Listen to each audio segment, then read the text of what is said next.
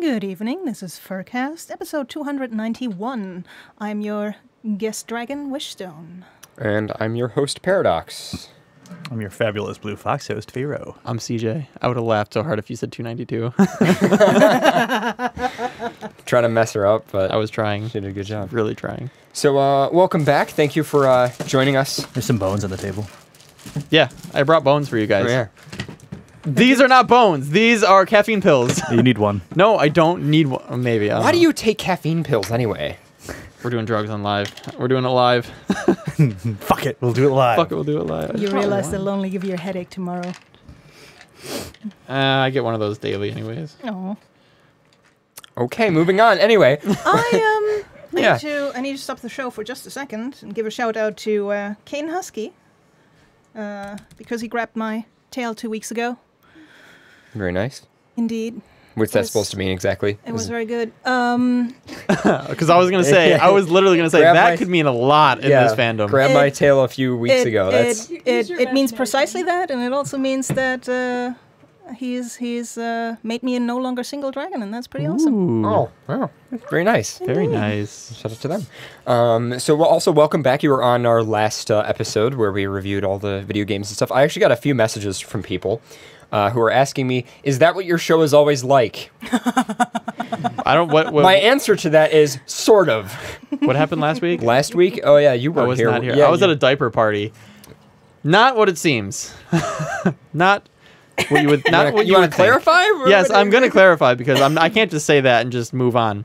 A friend of mine is having a kid, and so like like they do like the baby shower like on the female side, Okay. where it's like just females go. I and, thought like, the baby shower's for like the both parents. No, isn't it usually just like just females? I don't know. I thought it was just female. Oh, whatever. But typically it's just like just the females, and like they bring It's baby a shower. horrible thing to get dragged into. Yeah. So we did like a dude side of it. So they just called it a diaper party, and it was like basically the invite said, bring a case of diapers, come eat good food, and drink a lot of beer. So Okay. I brought a case of diapers for my friend, and good we deal. drank beer and had a lot How of old food. was your friend? I think he's like 28 or 29. Not for him. It's for the kid he's having. Oh, Jesus. right. God. Forget it. You guys are just... We gotta be careful, I mean. Anyway, so I've heard I know. cons go. Yeah, I Same, know. that same story happened at a con. Yeah. yeah. But yeah, so CJ, last week we reviewed the episode. By the way, Pepsi. as of you're just drinking. I had to wash down the caffeine pill. So last week, which has not actually been posted yet, by the way, is we reviewed like all of the furry porn games, and we played. Oh, them. that's right. Yeah. Yeah. Oh, man. I do missed wish it. I was there for that. Yeah. Because what was the one? What was the one that I played? Pharaoh. Well, Yiflicious is like the simulator one. Not that one. I played that Shades of one before. Elysium. Shades of Elysium. Shades of Elysium. I played Yiflicious, and I got licked by a vagina, and that was weird. And you were there for that. You were there for that. Yes, I was. Shades of Elysium. Yeah, that one was good. Oh, Mick, dude. Mick's a fucking champ. Yeah, there'll be screenies of you all over the interweb now Good. actually boning a girl, I'm sorry to say. That's okay. That's fine. But Mick, What is he was super chill. Like I topped, and then he topped, and then I topped again, and like he just took the knot like over and over, and he was a champ. He never complained. Because Like sharing is caring. I kept denying him finishing, and then finally I'm like, all right, like you can have it, like and he was super cool. And then he's like, let's do it again. And I'm like, all right, like yeah, let's do it again. And yeah, Very he was nice. good. He was So good. you liked the game Shades of Elysium, which we reviewed last week. Yeah. Okay, good to know. Yeah, it was good. But then there was that one bitch that was by the the dance floor. That She was was a. me. Oh, we figured that one out. You got to fuck Yeah. her, and then the game crashed. No, I did? Yeah. So Well, what happened? you just penetrated her, and then the game crashed. No, but what we figured out is, how there's a bartender in that level? Yeah. You have to go to the bartender. You have to order a drink. But we tried. Remember, we tried. We tried They to do that. updated But it worked when we did. Okay, but when we did it, he said it just updated. Okay. When we did it, it was like, this feature is coming soon. Like, we couldn't do it yet. So it's like, okay. I would like to and fuck then, this then character. you came soon. Yeah, and then we can't. Yeah. It's like, so I that would like was- to fuck this character. That feature is coming soon. She was a hoe. She was like being super hard to get. And I'm like, bitch. Well, hey, you don't listen, the have to game do is that. alpha right now. You can't judge which characters you can fuck or not right now. I'm judging. You're judging, all right. Judging. Well, anyway, so I would also like to say, so we're doing a show this week. Next week, we are off because I am going to be in... You're fleeing the country. Yeah. Probably all should. Anyway, I am flying to. I'm not wrong. You are fleeing the country. Thank you for interrupting me for the 5th time tonight. Why are you fleeing the country? Did you do something illegal? Can you Do stop? you have to hide out for a little while? He might need to flee the country after murdering you. Yes, exactly. That's exactly. There's an what's AI that happening. predicts death now. I'm going to Wellington. Hey, Paradox, are you leaving the country? I hate you guys so much. Anyway, no, I'm going to Wellington in New Zealand, and then for a few days, and then I'm going to Auckland, New Zealand for a few days. So Australia and then light? I'm going to FurCons, as in FurCon and with like NZ at the end, FurCons, FurCons. but it's FurCon NZ. NZ, yeah, get it. Anyway, so I'm going to be there. Shout out to everybody at the InfoSec Den who is also in our Patreon shout-outs, because I'm going to be getting to meet those peeps, and it should be a really... Meet them? Yes. You're going to meet them? I'm going to meet them. Well, not TC, because I've already met TC. He was on the show. He visited us. Oh, yeah, I know. And I wish he would come back. He was fun. He's planning on coming back. Good. He's planning on coming to, I think, Anthrocon either this year or next year. Anthrocorn. I'm probably skipping AC. You're probably skipping. Well, you'll at least get to see him, because I'm sure he'll be on the show again. Yeah. So true that. it'll be good.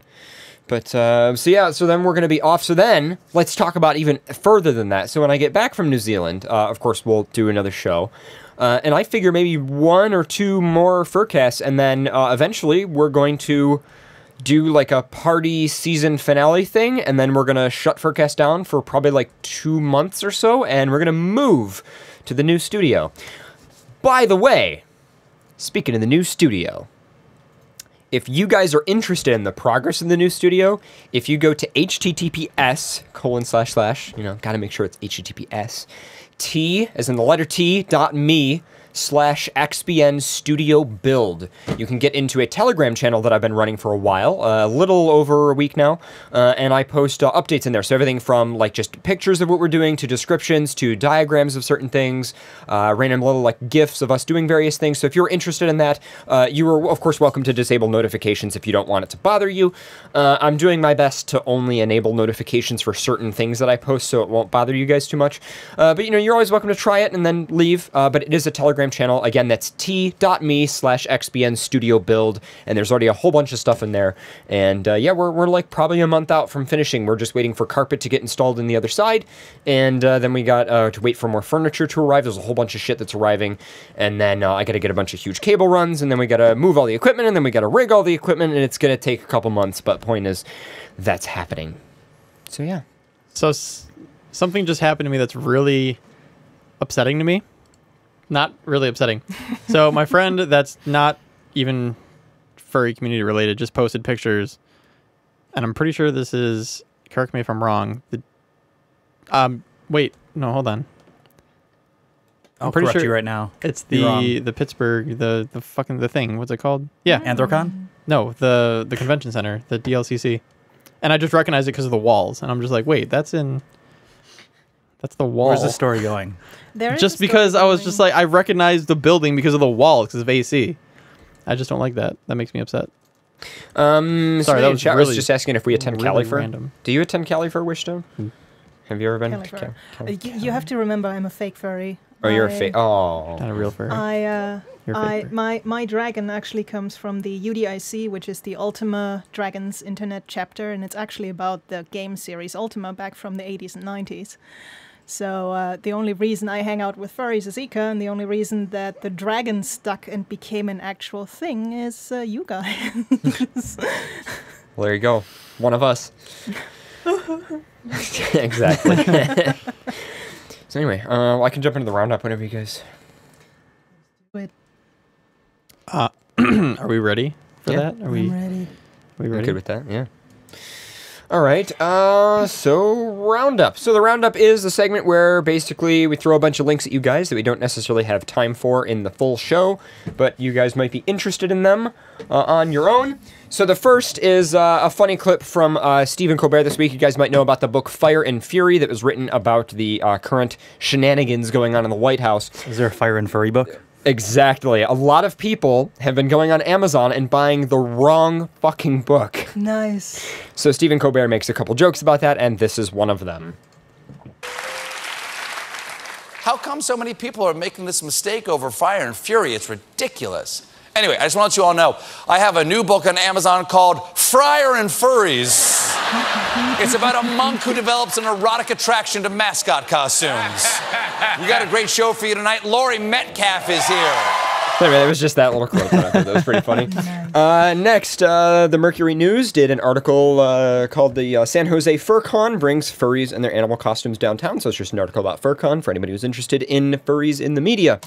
Next, this is another podcast called Barking Points. Literally, that's the name of the show. They are on Twitter at Barking Points, and they are posting episodes. It's mostly a political podcast, actually, but I thought the the marketing was pretty hilarious. I've actually, apologies, I've not actually listened to one of their shows, but anytime I see another furry podcast, I always like to shout them out. I want to see the full like picture of them. It looks like it's just like a news cage of flipping like. Yeah, let me see if I can. Let's see if I jump over here, maybe it'll show on their website. In the top corner. There's The top corner. Damn. Yep. Nope. Maybe about. Nope. About just opens that. I don't know. But yeah, they seems to have it's good, some good marketing, Barking Points. So you guys can check that out. Next in the roundup, an article about FaceRig. They now have an iOS app that takes advantage of some of the APIs that Apple has made available, especially on the new iPhone 10 that has the 3D camera array in the top of it, but also other iPhones as well. And according to this article, apparently it performs way better than Apple's Animoji on the same hardware. So I don't know if there is an Android version coming, but FaceRig on iOS might be something worth checking out. And last thing in the roundup, or second last thing in the roundup, so the Bedfellows, you guys know the Bedfellows hasn't made an episode in a while. Well, the creator of Bedfellows has posted a video on his YouTube channel. Hey everyone, I'm Chris Patrick. I'm the creator of the Bedfellows, and I wanted to make this video real quick to talk to you guys a little bit about what happened with Bedfellows, and what I'm doing and the future of this series. So he goes on to talk about some kind of looking for influence, looking for ideas, and stuff that, especially as an animator, he does want to continue creating, but I guess Bedfellows, like business-wise, wasn't quite going to work out. But we'll link you guys that, so if you're interested, you can check that out. And that is literally just on the Bedfellows YouTube channel, by the way. And then last but not least, SciShow. I do love SciShow. If you're not subscribed to SciShow, highly recommend it. They did an episode on why humans don't have bones in their penises.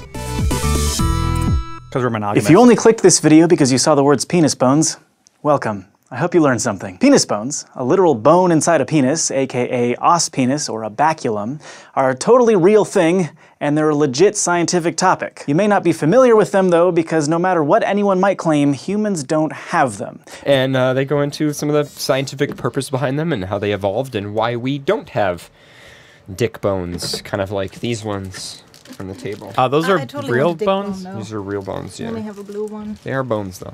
Anyway, that's the roundup. They are bones. Yeah. Thank you for your bone. You're welcome. I mean, if you don't want me to have your bone, you can. Just No, say you I'll can drop have it. my bone if you want. You can Chew on it. put my bone in your mouth. Chew on it. I'll chew on your bone. Oh god, that's terrifying. Don't chew on it. I'll bite it in half No, don't do that. and swallow it. I mean, swallow it, sure, but like not like just to the point where I can get it back, I guess. I don't know, like Nope. I feel like I need that in my daily life. You can pee sitting down. I'm just saying. No, I'd rather not. I'd rather just pee normally. What? I don't know. I just don't bite it. The things that you have to just, like, linguistically defend yourself against. Moo me. Yes, you.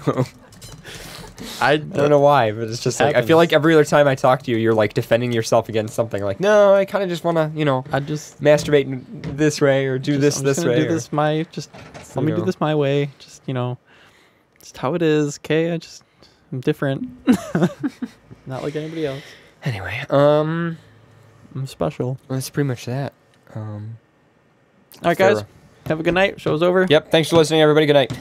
Pharaoh, do you have anything you want to start with? I mean, I've just been gathering a ton of links, and I've been doing pretty much a pile of A pile of good stuff. just kind of,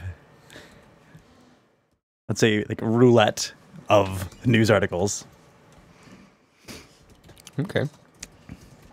Sounds good. All right. Well, I got music. You got Okay. one you want to start? Fair. Do you pee sitting down? No.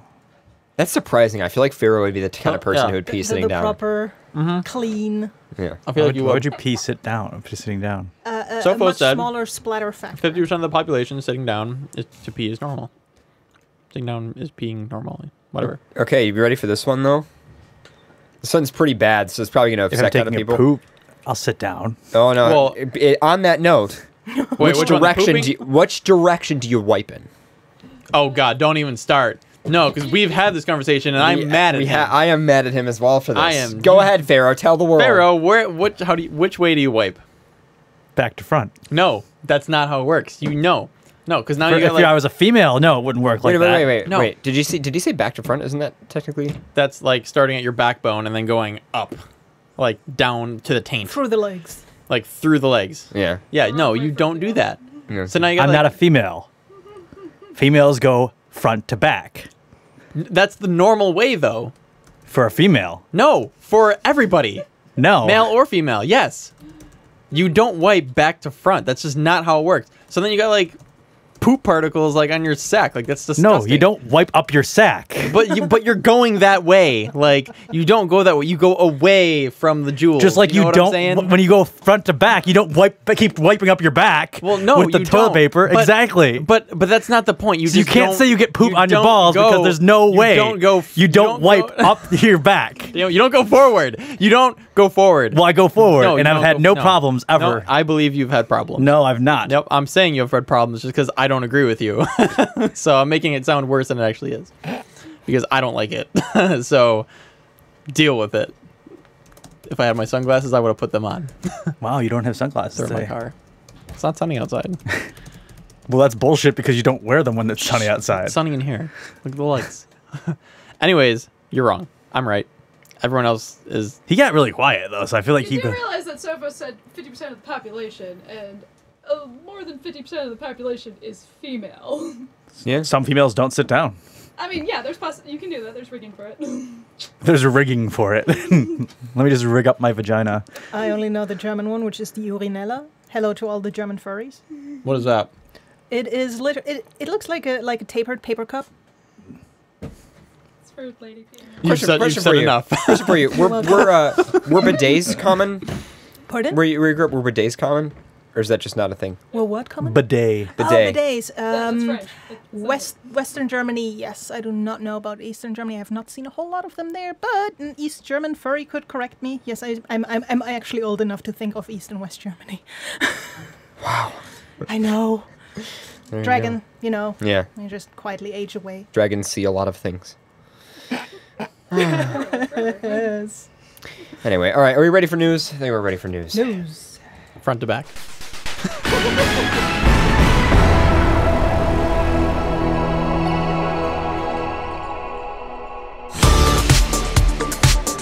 Mics are off. Damn it. See, a guy can go both ways though. Oh my god.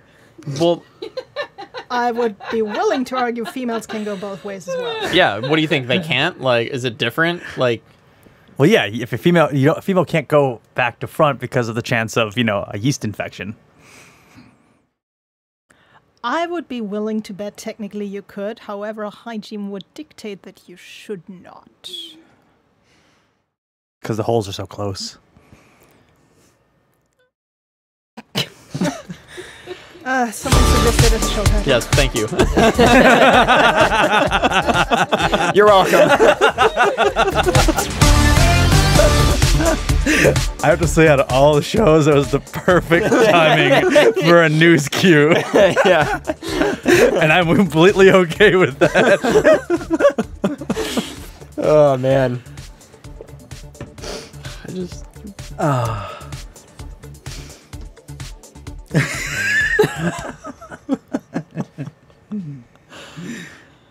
CJ, What? come here. It's okay. Thank you. It's all right. Thank you for being here for me. You're welcome. My time of need. In the arms of an angel, fly away. I don't know the words. That's all I know. It's a stupid commercial. That's all I know. It's like, Yeah. Copyright strike. from here. But I just imagine people crying afterwards. Why? That's so depressing. I just imagine people crying.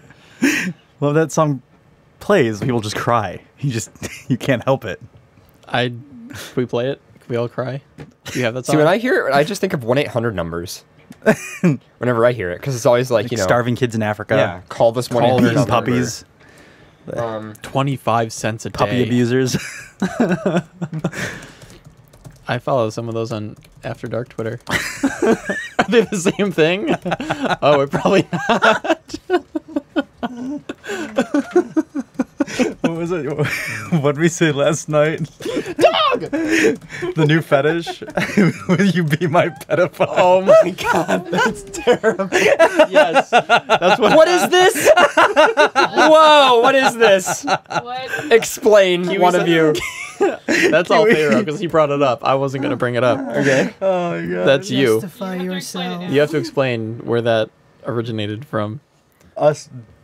Just You being- with 1 Seagram's in you last night, sitting in my attic. I was white girl wasted on 1 Seagram. 3.2%. I couldn't handle it. Why is there so much buildup? I know, there is. Oh, nope, not that.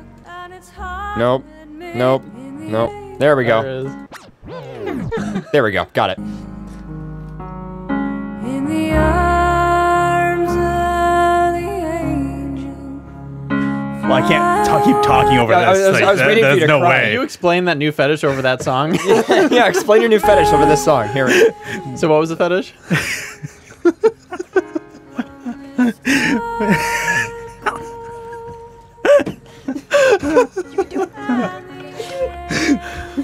He was saying, what if a baby fur was like, oh, Oh god, that's right. That's right. I want someone older. And they just try to use the pickup line, will you be my pedophile?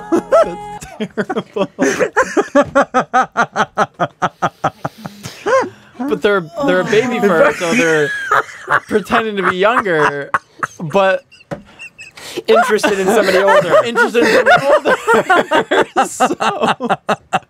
So they used the pickup line. Will you be my pedophile? That's right.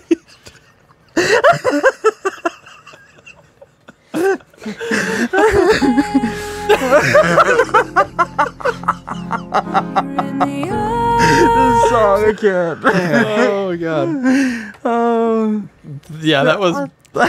What time in the morning was this? I think that was 5. 5. 5 I a.m. was gonna say 4:45. Yeah, that seems like a good 5 a.m. Yeah, that's like- what we were yeah. talking about. It's like that overtired high ideas. Oh, do you remember when I was explaining how my mom was gonna walk into the kitchen? That happened. She comes in so like whenever I come home late, basically every night because I worked Every night. every single night. She always like, okay, so like there's like the kitchen and then there's like a doorway and there's a hallway and my mom's room is like right around the corner. Okay. So like she'll hear like the kitchen door open and like we have like bells hanging from the door because like the dog hits them if he needs to go out. Okay. So you always hear the door, like the bells ring or whatever. So I walk in, and every single night when I come home from work at like 2 o'clock in the morning, my mom always walks in and she always has like her arms crossed, like she's freezing, and she has like her PJs on, and she's always like squinting. Christopher, it's so late. And I'm like, well, I just came home from work. So like literally every single night she'll like do that. So I was like, I was making fun of my mother. This is totally random, but you know what that reminds me of? It's like, have you ever noticed that, like, I don't know, like, let's say you just hear like tires screeching outside. Yeah. And then all of a sudden you Always. hear crash. No, you And, never like, hear the You immediately crash. drop everything. You race out of the house, right? You're playing And, Dane like, Cook right now. And I just imagine, yeah, I think he was the one who talked about that, where Yeah. he's like, that's what people do. They're like, everybody kind of like goes out and they kind of act like they're shivering, even though like nobody's really cold, and they're like, yeah. Oh God, that was How's it going, guys? Yeah, I heard the crash. That's original Dane Cook. That was when Dane Cook was actually funny. Yeah, I and remember then, that one. That was now a while he's ago. not. And then he turned into a Christian. Did he? Yeah.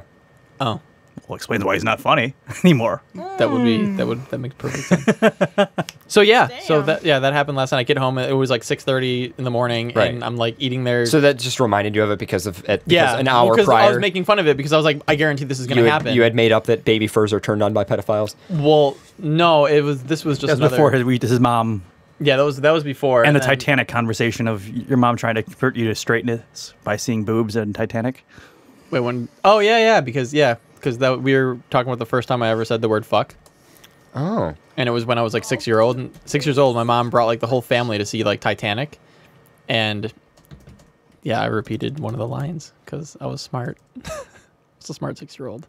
Anyhow, your mother. My mother. So, this is really is completely irrelevant. It's a great time to talk about your mother on this show. Yeah, This is just really so graceful. Anyways, so did you have any news, Pharaoh? You can finish your story. Well, no. She just walked in last night and she goes, Christopher, it's like 7 in the morning.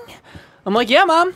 She's like, you're just getting later and later. I'm like, actually, it's early. I'm like, I'm getting earlier and earlier. And she's like, I'm going back to bed. I'm like, you do that. I'm sitting there eating cereal at like 7 in the morning, whatever. Well, the story came into play when you were saying, well, what happens like if just any time you came home, she would just, because you said your mother doesn't go to sleep. If I were to like come home at like your mother doesn't go to noon. sleep until you come home, or was it like? Yeah, she doesn't get out of bed until I come home. So it's like 3 p.m. and she goes, Christopher, it's 3 p.m. well, yeah. That's when normal people come home from work. Sometimes.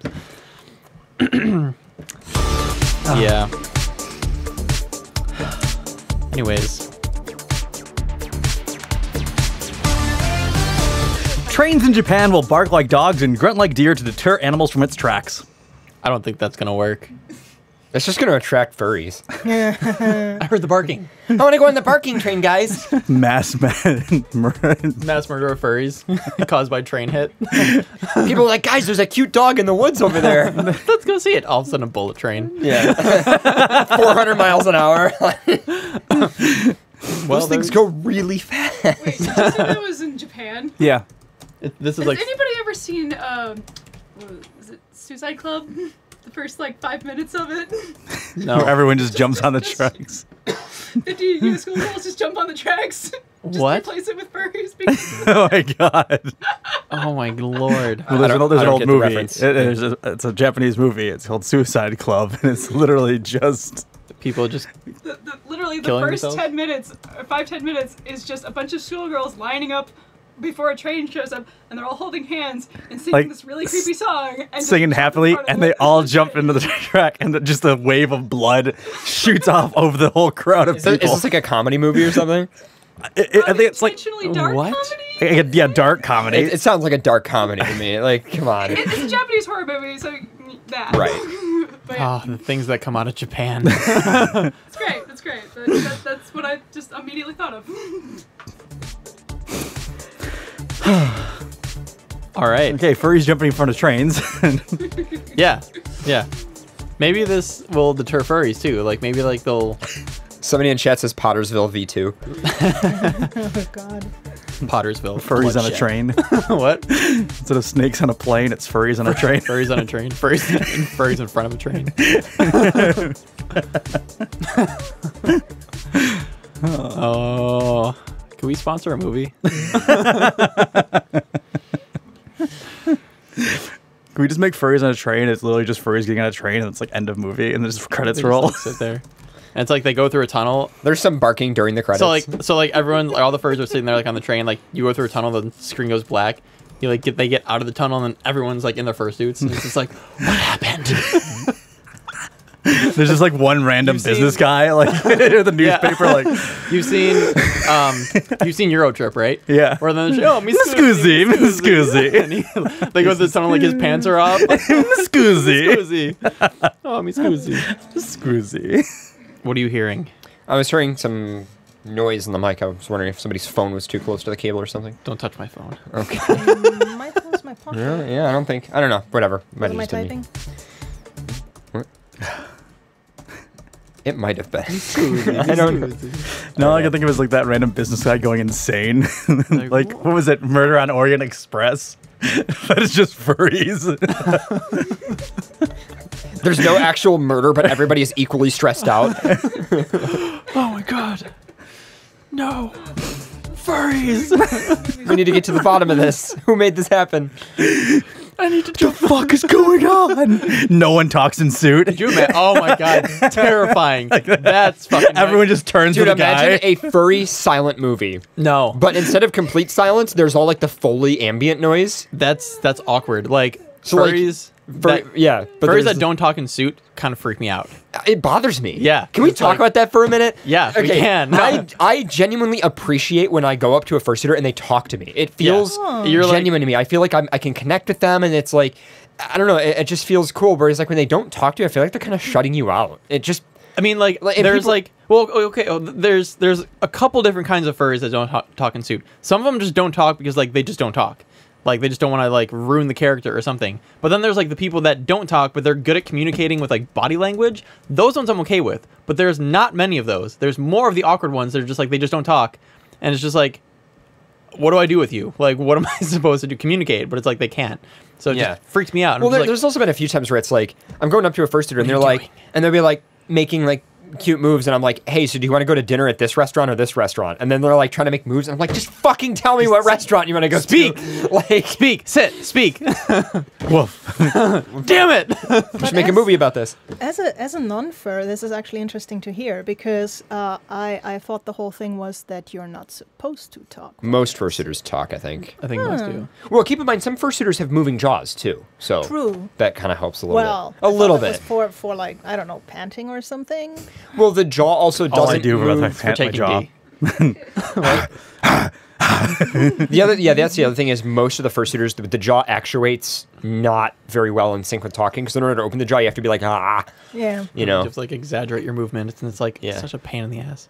I just want to feel bad for that business guy that's just on that train and like sitting there. Like I'd be freaked out too. You're feeling bad for a theoretical person in a theoretical scenario from a thing that you were reminded of from a news article that we could... No, that I made up from a news article. Okay, I'm just pointing out how Not reminded far- of because...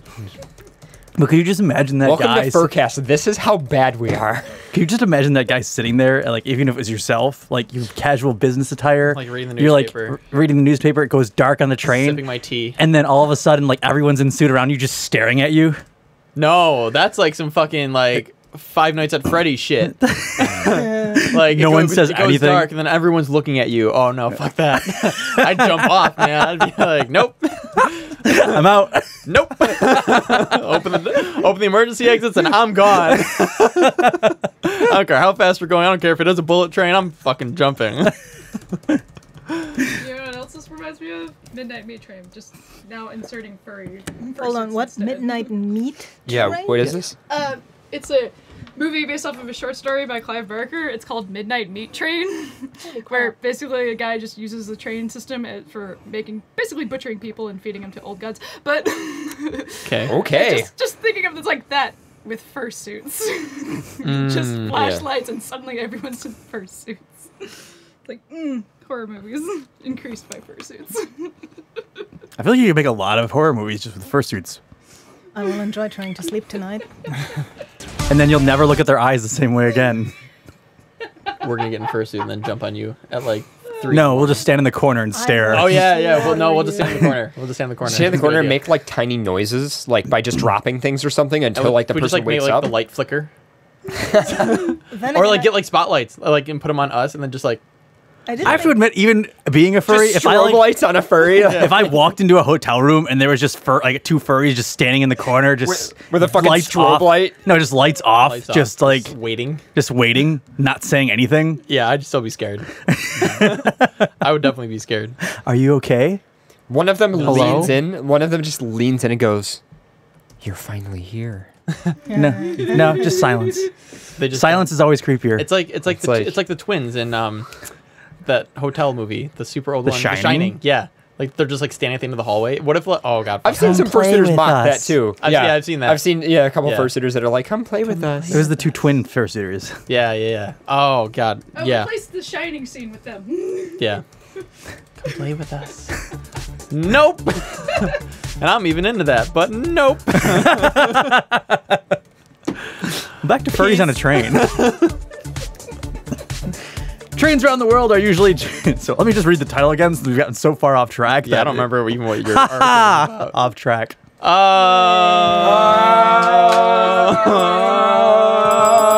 I wish I had something to shoot you with. That was mine. No, that was Was my that yours? originally. Who Yeah. did that? Oh, you did that first. And you got so pissed Don't off at me. fight, Yeah, because it was boys. actually good. Like it was perfect. You did it by accident. That was what was good about It it. was so good. I was just like, It still upsets me. trains in Japan will bark like dogs and grunt like deer to deter animals from the tracks. Trains around the world usually just concerned with getting their passengers from A to B. However, certain Japanese trains are being given a new technical feature: the ability to bark like a dog and grunt like a deer. This brings out a whole new fetish for people. It sounds totally bizarre, but there is very good reason behind it. Deer often cross railway tracks and cause collisions with oncoming trains. I feel like a deer would not pose an obstacle to a train. It is like- surprising how little can actually derail trains. Like a coin. Wrong. I'll show you a video. I've learned a lot from 1950s.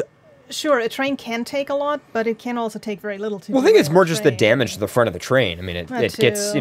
potentially over the Guts. track. Like, Well, that's the someone other has to thing. wash that train. So that's the other thing. If it destroys the body and then the train has to roll over it and it's bumping a little bit or something, that could possibly. I will educate you of how much it takes to derail a train. I have a video for you from 1950s where they teach war efforts how to derail a train, and they're fucking dicks. This is an actual U.S. military video of how to derail a train, and they go, "This will surely derail a train," and they do it like 15 times, and it just fucks with you. Wow. They're like, "Well, nope, you're wrong."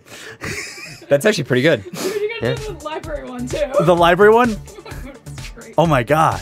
1950s educational videos were fucking assholes to people. Like, they made you feel like a piece of shit retard. Like, if you fucked up, you knew you fucked up. They're like, oh, well, maybe you should have learned today. And, like, that's so harsh. I'm watching these, like, wow. They're great. They're amazing. I love them. I got addicted to watching. Except for some of them, because there's also a few that are like, gay people are a disease and everything. So I just did something I shouldn't, and I searched FA for trains. I found train porn. I'm sorry, CJ. You've been on the internet. You're surprised. No, I'm not really surprised. One but, of the look things at I this. love is The when, caboose is tied up, and like the caboose is tied up. oh no, oh my god! And there's like the locomotive saying, "I think I can." He's humping another locomotive.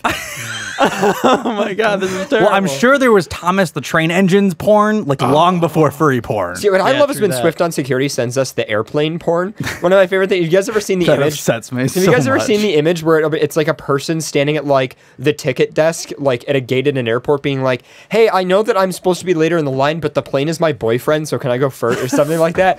And then like the plane is like at the window with like Oh, a face, jeez. and it's just like. Are you searching Thomas the Tank Engine If you porn? want to see Yeah. some actual train porn, watch the first 10 minutes of Dr. Strangelove. I mean, not train porn, plane porn. Plane porn? Yeah. Yes. Yeah, there's no good. I haven't, at least not on FA. I haven't found any. No, search Rule 34 on Google, and then Thomas the Tank Engine, and there you go. I'm simplifying your results for you. I'm literally opening up like a protected page for this. Yes, you 'cause should. I don't. Oh you, no. you absolutely need to. Let's do this on Google Chrome instead. I'm letting you what am I letting you doing? experience the internet for yourself, but just there's Rule 34 of the internet. It's a definite rule of the internet. I mean, you can look it up. If it exists, there's porn of it. That is Rule 34 of the Okay, internet. wait, we know what Rule 34 is. Well, Yeah, maybe I know. some people don't. Like, this is old People don't know school. what 35 is.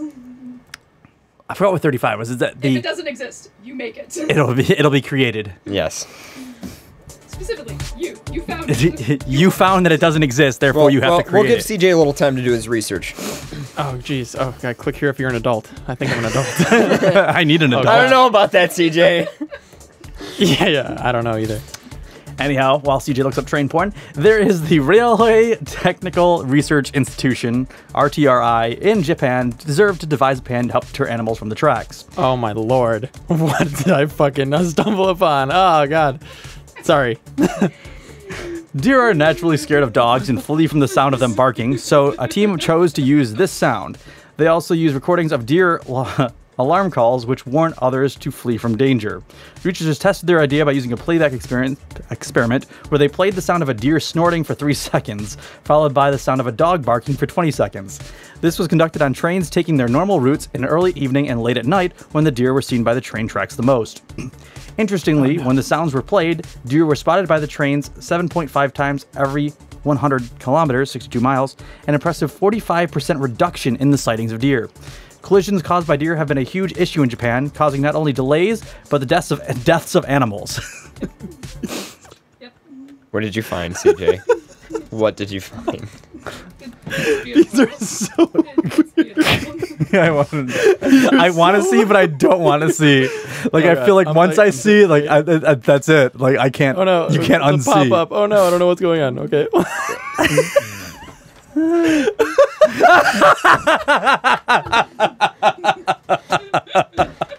There's like a whole set. Can you link that in the document? There's a whole set. I want to Link it in the document. Oh my god! There's like And then like the roundup section. Jesus. What the fuck did I just find? I've discovered the internet. I've discovered the internet. This is terrible. Oh my god, I don't even know where the fucking show notes went. In fact, in 2016, there were 613 instances where trains were temporarily suspended or delayed due to deer. It's been previously reported that one of the reasons why deer find themselves straying near railway lines is that they lick the tracks to get more iron in their diet. Oh my god. One would think that so If we need to attract deer furs, we now know a new trick. Just lay a piece of track down at a con. is that then called railing the deer? Did it not work? Let me try this. Railing the deer. I hate you so much right now. I love you. No, why? No, not railing the deer. Railing the deer. Oh geez, you're right though. What? I don't like this. Do you have it in the document? Are you just discovering Rule 34? No, I've known of Rule 34, but I'm new 35 and I'm teaching everyone 63. I put it down before show notes. Isn't 63 or the reverse? Hello, Gender where? Show Gender notes swap, end, yeah. At the very bottom. Oh, at the very bottom, near Yeah, end. There you go. Essential Yeah. rules for regular It's not working. I don't know. Just, yeah, good luck with that one. I'm gonna fucking close this because like it's I don't. So want I've to. learned something new today, that deer lick train track rails to get more iron in their diet. All right, so here's the website. So we're an adult, right?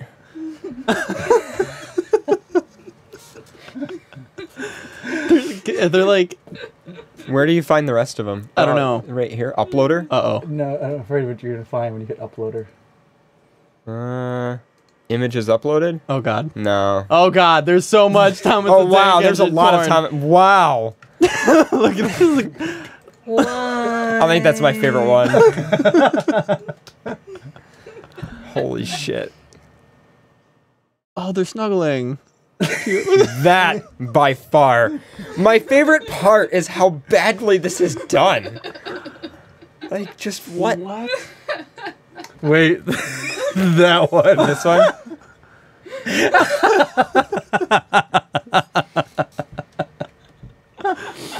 That face.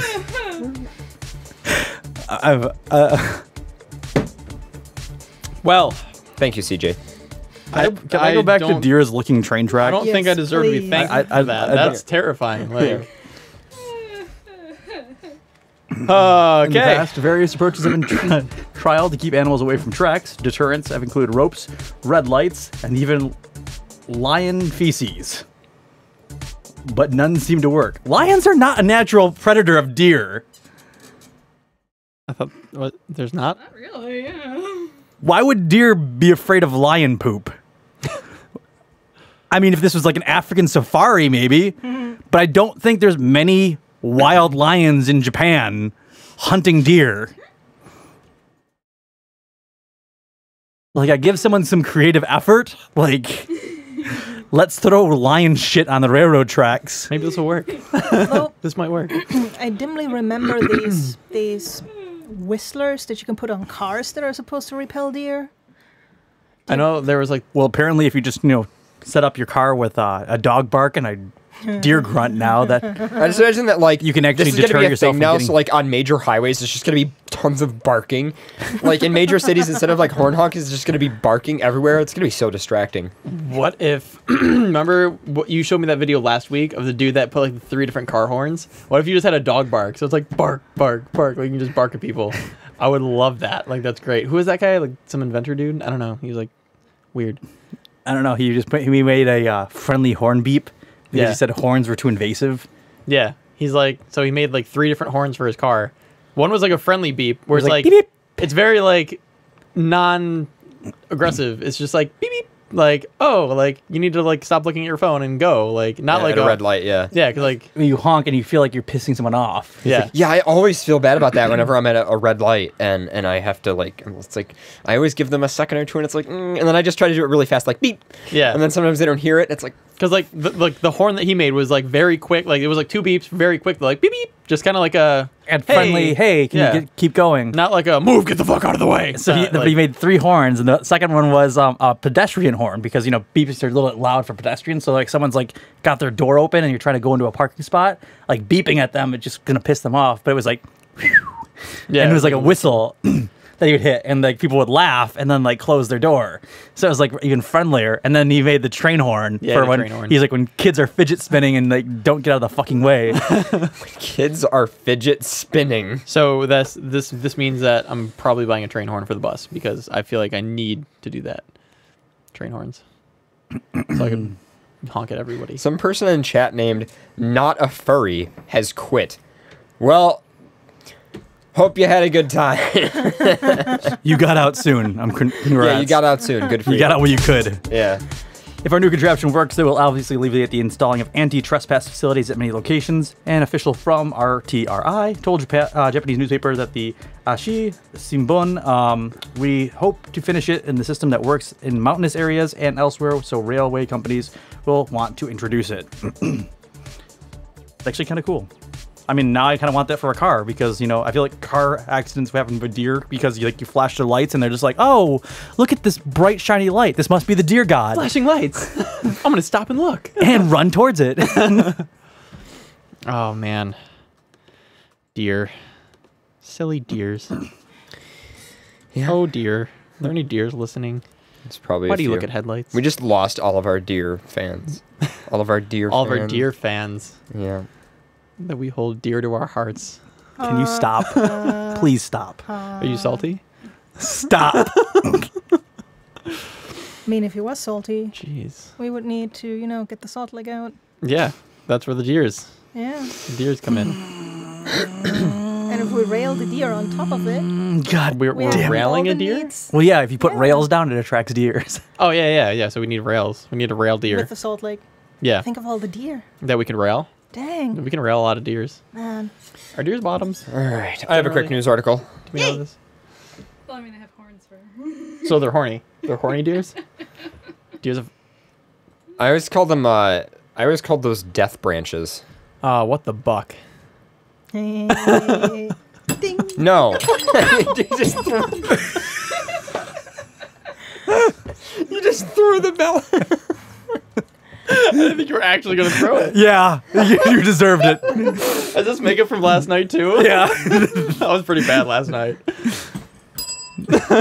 Still works. I'm gonna keep this over here. I don't trust you now. You need to ask for this back.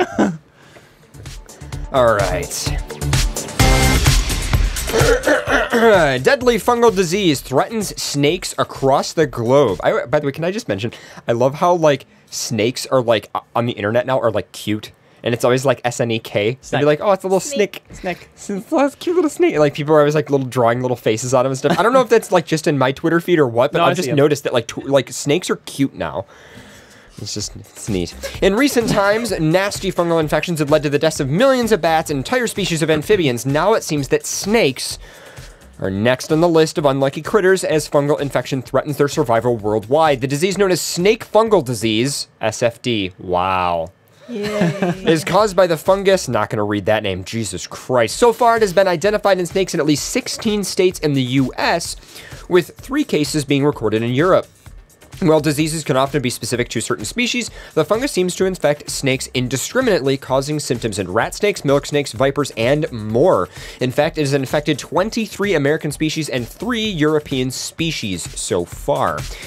Quote, "It's about as bad as you can get," Dr. Frank Burbank from the American Museum of Natural History told Science News. "It seems like any snake could be a candidate," end quote. You're a candidate. You're a candidate. Oh, I accidentally forgot. Worst election ever.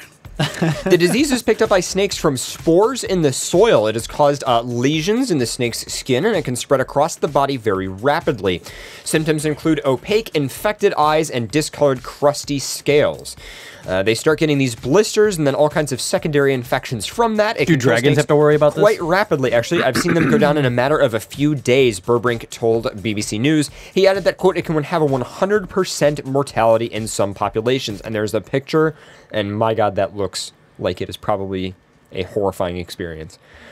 As well as causing nasty skin lesions, SFD can also alter a snake's behavior. Those infected tend to spend more time basking in the sunshine when molting, making them more vulnerable to predators and more time likely to starve to death. Not enough is known about the disease, so Burbank and a team of researchers decided to investigate further. They created model-based data of the infected species and included their physical features and evolutionary history. Using the model, they could work out which other species of snake might be at risk. The team found that 98 physiologically and ecologically diverse snake groups found in eastern U.S. were all susceptible to the disease. Their findings also suggest that SFD could spread around the world, creating a pandemic that would threaten the survival of snakes across the globe. Their findings are published in the Journal of Science Advances. Pretty horrifying.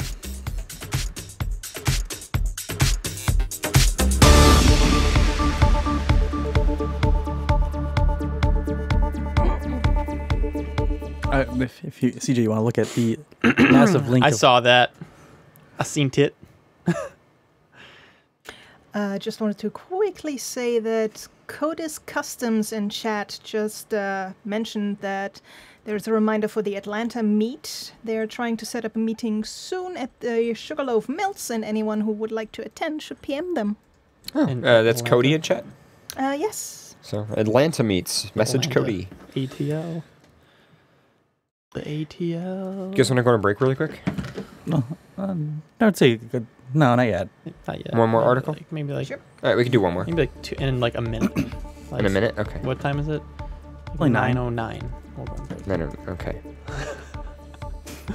9:09. Do you want to read that one? Just for. I do, but I don't. There are many other in the link if you'd like to choose wisely. I don't. The Tide Pod Oreos, that really freaks me out. I don't know. It's not actual Tide Pod Oreos. No, it was a Photoshop. I feel like you're very undecisive. I have an article that I can read in the meantime. Yay. I say go ahead. You say go ahead? All right. Yeah, I give you the approval. All right, thank you. Thank you, Wizard. I give you the approval. I'm so glad that a dog said I could do something. Promising new male birth control is based on a toxin used for poison arrows. I love poison arrows into my balls. It's great. God, I'm glad I'm gay. Since their inception in the 1950s, birth control pills have granted freedom of control to heterosexual couples, yet the responsibilities and unpleasant side effects of non-barrier contraceptives, i.e. not a condom or a diaphragm, have fallen upon the female half of the population. But soon, the frustrating wait for a proven male birth control could have a poetic payoff. We, by the way, read an article. I love reading it. An article a few shows ago about a male contraceptive that was involved like a cream that you had to rub on your testicles. Remember that? That sounds lovely. It was pretty horrifying, yeah.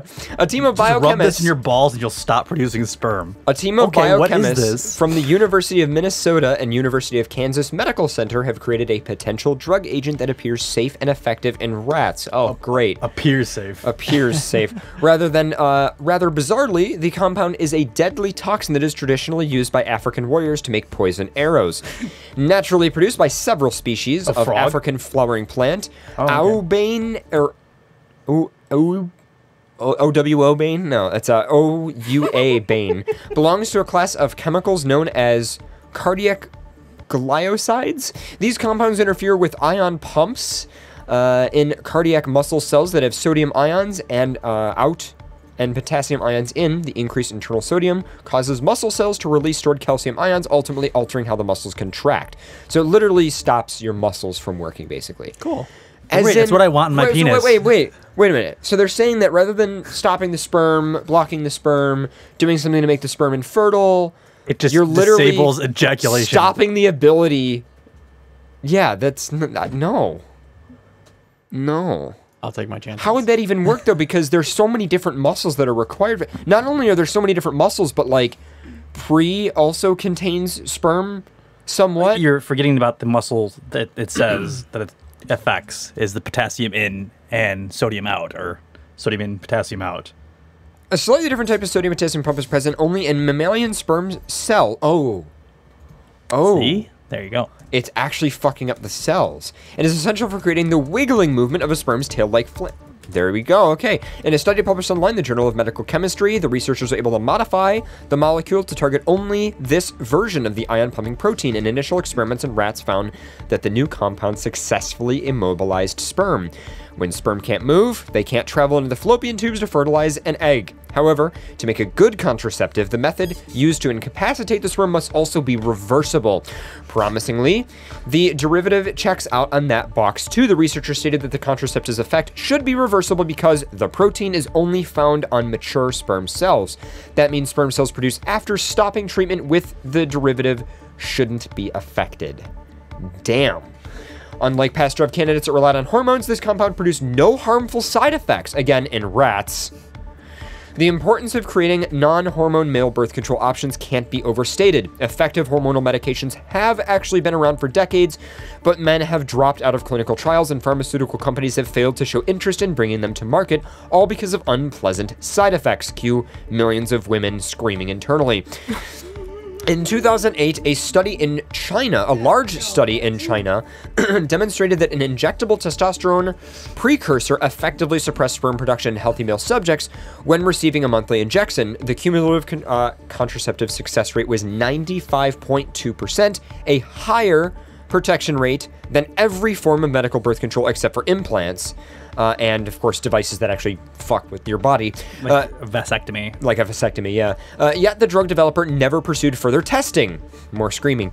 The Midwestern team's paper... Well, I think like anytime you kind of start introducing more testosterone to a human body by injection, you're completely counteracting the own body's ability to produce. So it's probably in long-term use, not that good.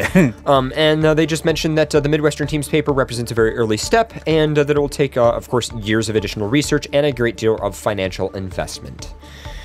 So we will see how that turns out. I mean, that's good to know that there's something with little side effects that seems to be working. That's pretty cool. I gave Cedra another article. Yeah, I'm reading it right now. It's fucked up. Well, that's what I find is fucked up articles. Why do you find this kind of stuff? You're fucking weird. What's wrong with you? You're only asking this now after how long you've known him?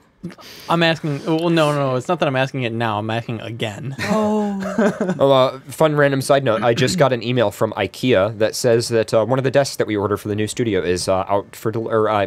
it was just shipped. IKEA. So, yep. Okay. Yeah. What kind of music do you want for this? Like just normal, like a beat, or like something creepy, or something stupid, or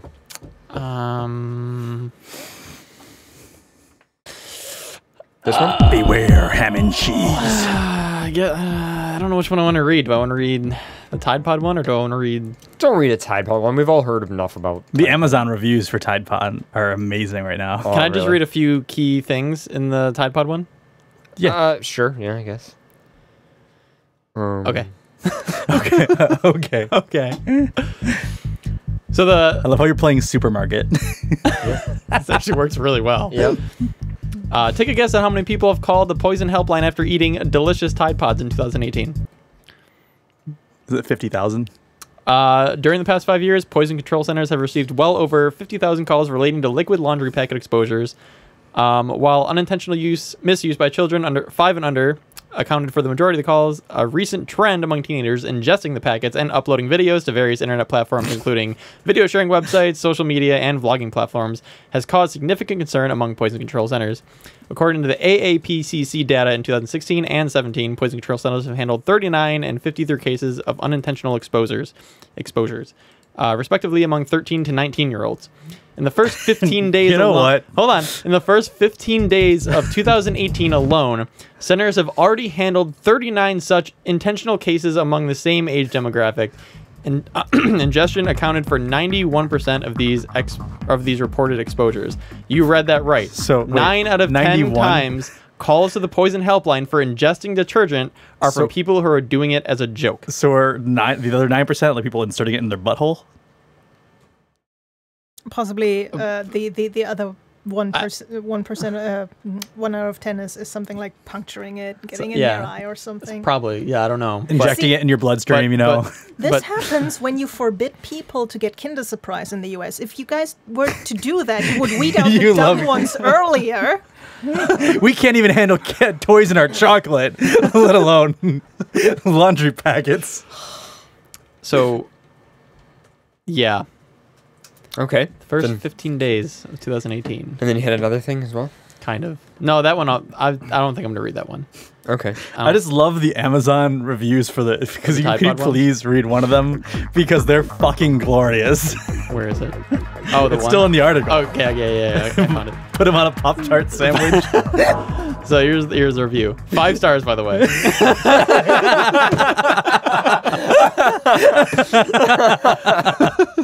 I feel like Amazon reviews are probably the most glorious thing any site has ever created. Like I think it's better than Yahoo Answers. So this comes from our dear friend Carla Richardson. I must admit, I had a bit of trouble finding Tide Pods on Amazon, as I expected them to be under the grocery/gourmet section. I like to slap one of those bad boys between 2 Pop-Tarts. Delicious! Side effects are a bit weird, though. One time I was munching down on some pod lasagna and got this terrible stomachache. It was so bad I passed out. But when I woke up, my eyes were different colors. Pretty cool if you ask me. Tide Bars are simply the best ingredient I have come across. You can toss those things on anything and they make it better.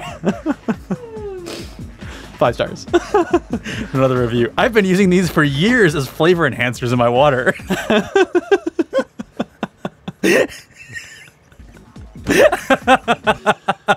Oh my god. Terrible. Terrible.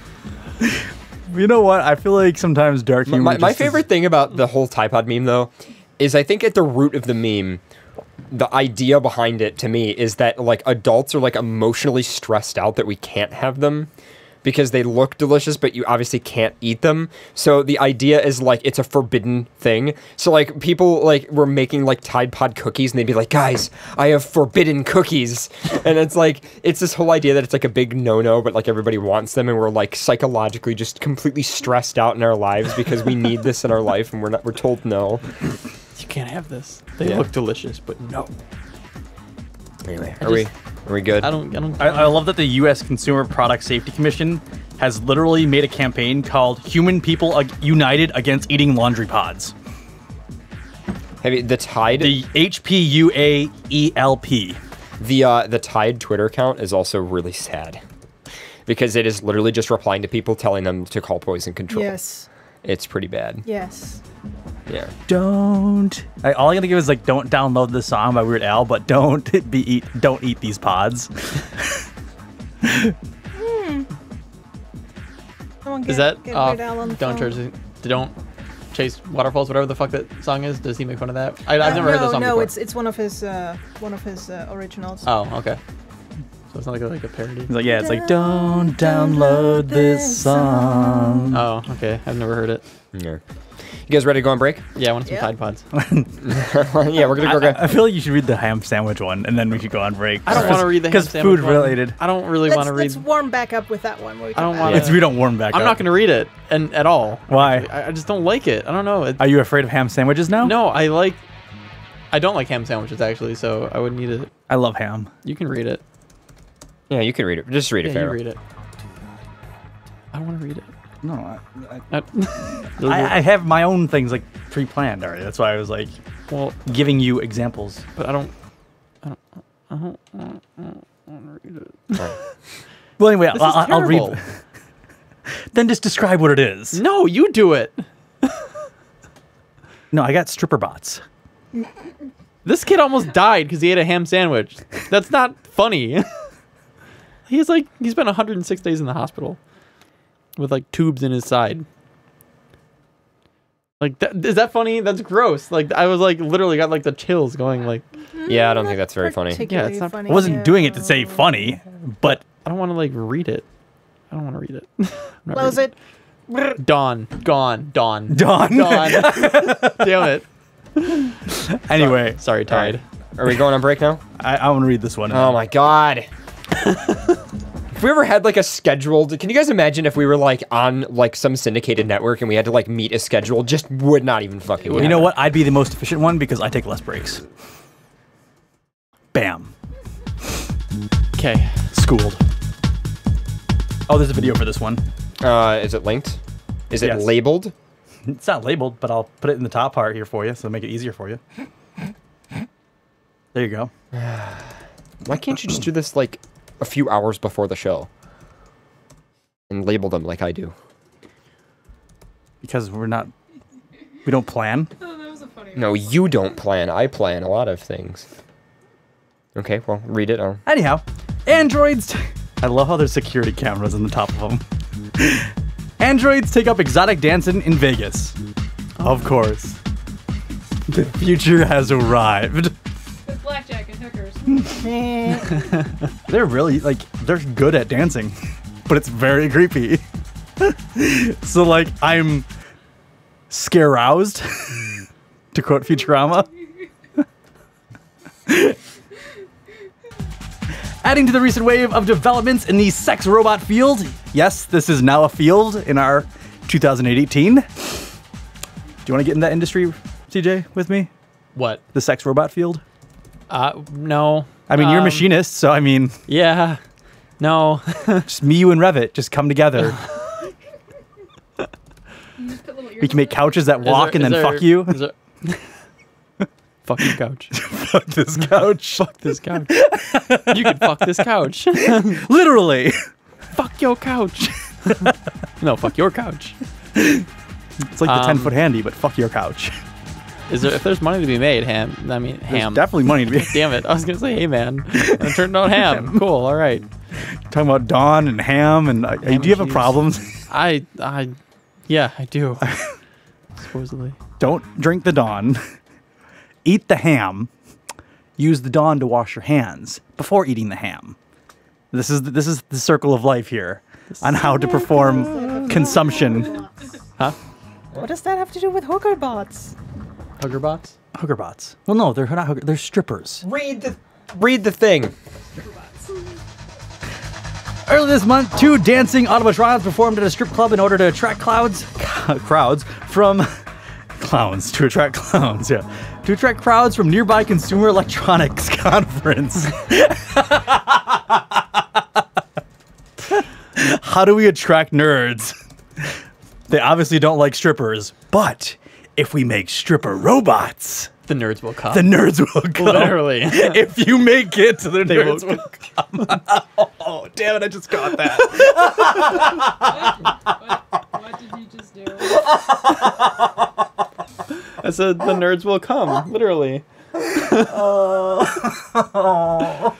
Stripping robots. It's twerking too hard. It won't stop. Death by twerk. Death by twerk. Can we bring twerking back? I feel like twerking needs to come back. Can I make it like a comeback and shit? Never mind. I'll come back. Twerking comeback. The yearly event called CES attracts more than 170,000 attendees and features nearly 4,000 exhibits from international companies that develop and supply nearly every type of hardware, software, and gadget you can possibly think of. We should go to CES. Yeah, I'd rather go to NAB or NAM. Those are like they're basically CES, but for like actual like industry professional like broadcasters and stuff. like CES is where you go to see like this is what the American home is going to look like in 10 and 20 years, whereas like NAB is like, here's like all the cameras and like lighting and equipment that like big professionals like. But I feel like AV CES would be more fun, especially to joke and laugh, like toilets that talk to you and like couches you can fuck. Toilets that talk to you is terrifying. Like I imagine Feed me. you like take a poop and it goes, "Good job."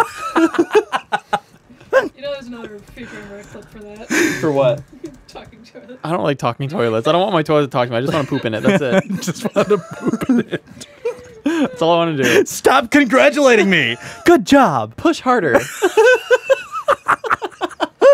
Don't stress. Don't stress. Don't stress. You gained 20 poop points. Relax. Update your app.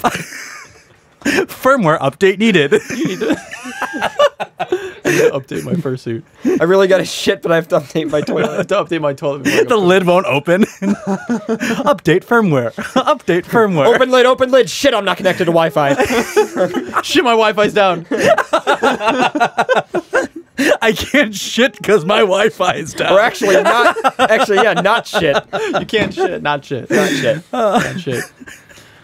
Man, the future is fucking scary. I don't like this. I don't like this at all. I like my manual toilet. I don't like my automatic toilets. You got to get a CVT toilet though. No, that's even worse. CVT I want to toilet. switch to a But a manual CVT toilet will run constantly. Yeah, but they're not. It'll be variable. They're slow. I hate CVTs. I don't want my toilet to be a CVT. I never ever want that. It's efficient, yeah, but I'd rather waste gas. I don't want to think of a gas-powered toilet. Please, God, no. You have to like start it. Full start it. It's like a 2 strokes. You have to like mix gasoline to oil. 2 strokes. You gotta like pull it, and you're like, oh, I'm out of gas. that's. That, I feel like a toilet definitely would be 2-stroke. It probably would be. Yeah. 2 strokes on the toilet. I just 2 strokes. 2-stroke toilet.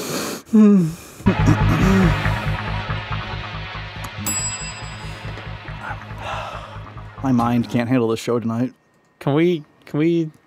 I'm generally kind of curious about these. We're gonna play this video. Android strippers. Hold on. I'm getting to it. Okay. Want to know? From I have a CES. feeling there might not be a lot of male ones. Oh, that's fine. That's okay. That's okay. I feel like a male would just like have a tasseling penis, like spinning like a fan. Like meat spin. IRL though. Or like 0 to 100. 0 to 100. 0 to 100. Oh God, that'd be no. I wouldn't like that. I just had the mental picture of like a completely flaccid penis, and like all of a sudden, like literally in a blink of an eye, it's just like boom. Because it's like mechanical, so it's like that's possible. To the beat of a song. There's like a really loud clank too. 128 BPM. It's like a fucking hummingbird wing.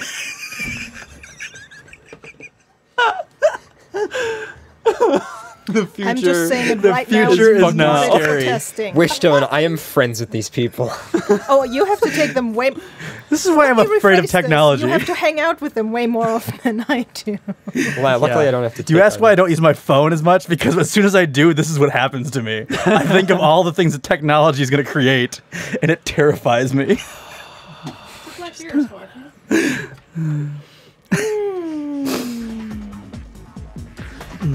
Strippers, go for it. Unsurprisingly, the conference is held in Las Vegas, possibly the only city in the world that can handle its sprawling size and frenetic energy.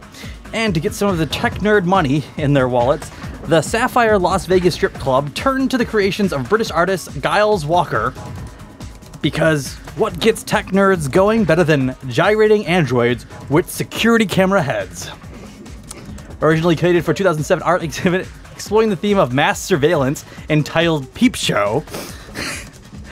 That is beautiful. I'm Wow. sorry. This guy is an artiste. That is beautiful. I don't care. He has crafted fine art here. That is fine art, just hearing it. The androids have since hustled for Walker by appearing in various museums and events. The first models were made from mannequin parts and small motors from CCTV cameras. Yet, like many adult entertainers, the current versions have enhancements from their original forms. For their headlining stint at Sapphire from January 9th to the 13th, robots Lexi and Tess literally ground their gears the nights away under the stage names R2DD and Triple CPU. I hate R2DD. I don't like that. I genuinely don't like that. Most beautiful thing I have ever heard. R2DD. Fucking glorious. Oh no. The Gentlemen's Club promoted the special appearance on their website with the statement, their motherboards bring all the boys to the yard. Come watch sparks fly as the robot twins gyrate on poles, shake their hardware, and leave everyone wondering if those double Ds are real or made in Silicon Valley. That fucking pickup line. Nah, I can't even handle this. Shake their hardware. Let those sparks. Shake what your motherboard gave you. I'm gonna throw that bell at you again. www.settrombone.com. Whether or not the Gentlemen's Club recouped their investments of having Lexi and Tress shipped from England remains unknown, but the event certainly generated a lot of attention for the conference and the club and the artist himself. I didn't build these to get involved in the sex industry, Walker told the Record. I've been dragging into the side of things unintentionally, but I'm not complaining. It pays my bills. I'm a robot pimp. We are in the wrong industry, CJ. I feel like at some point you realize like that's an accomplishment. I'm a robot 2018, pimp. Robot pimps exist. Futurama is now. This is a thing. And despite his willingness to lend the robots to venues that market sexuality, Walker has stated that he's personally against developing realistic sex surrogates. Just because it's legal doesn't mean that it's a healthy thing, he said. The dark side of the sex industry will create some really fucking nasty, nasty stuff, and I don't think it's worth it. Moral issues aside, no one has asked him how he feels about the irony of the situation. Artwork is meant to provoke commentary on our social relations with voyeurism, and privacy has just helped promote the conference that showcased drones and security technology.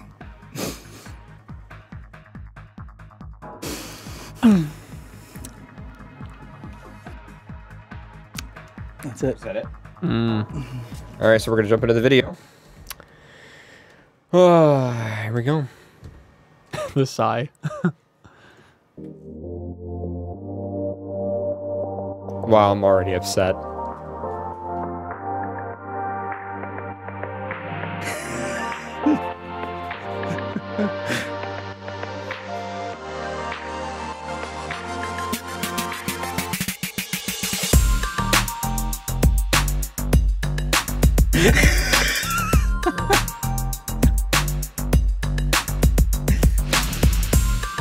I'm honestly disappointed.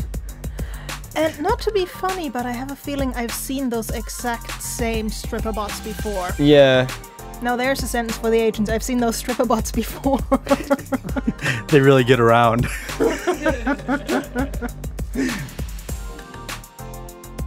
Can we rent them? I mean, how much of a Kickstarter do we need to rent the stripper bots to have them in the FurCast studio? Can that be our 300th show? Can I contact this artist? You can probably just build knockoff robots. I don't want knockoffs. I want the real thing. All right, so I think it's time for a break, guys. That reminded me of that Daft Punk song. Harder, better, faster, stronger. Hey. Work it, makes it, do it. Thank you guys for listening to FurCast. We'll be back after a quick music break. We're going to play some Patreon shoutouts. They are actually, they have not been updated, although I don't think we've had any new patrons from the last month, so. Can you play Harder, Better, Faster, No, Stronger? I will not play that. Please? No, it'll get copyright strike. We played it once and YouTube was pissed off about it. Anyway, so we'll be back in a bit, guys. Enjoy. I don't know why you listen to the show, but enjoy. Same.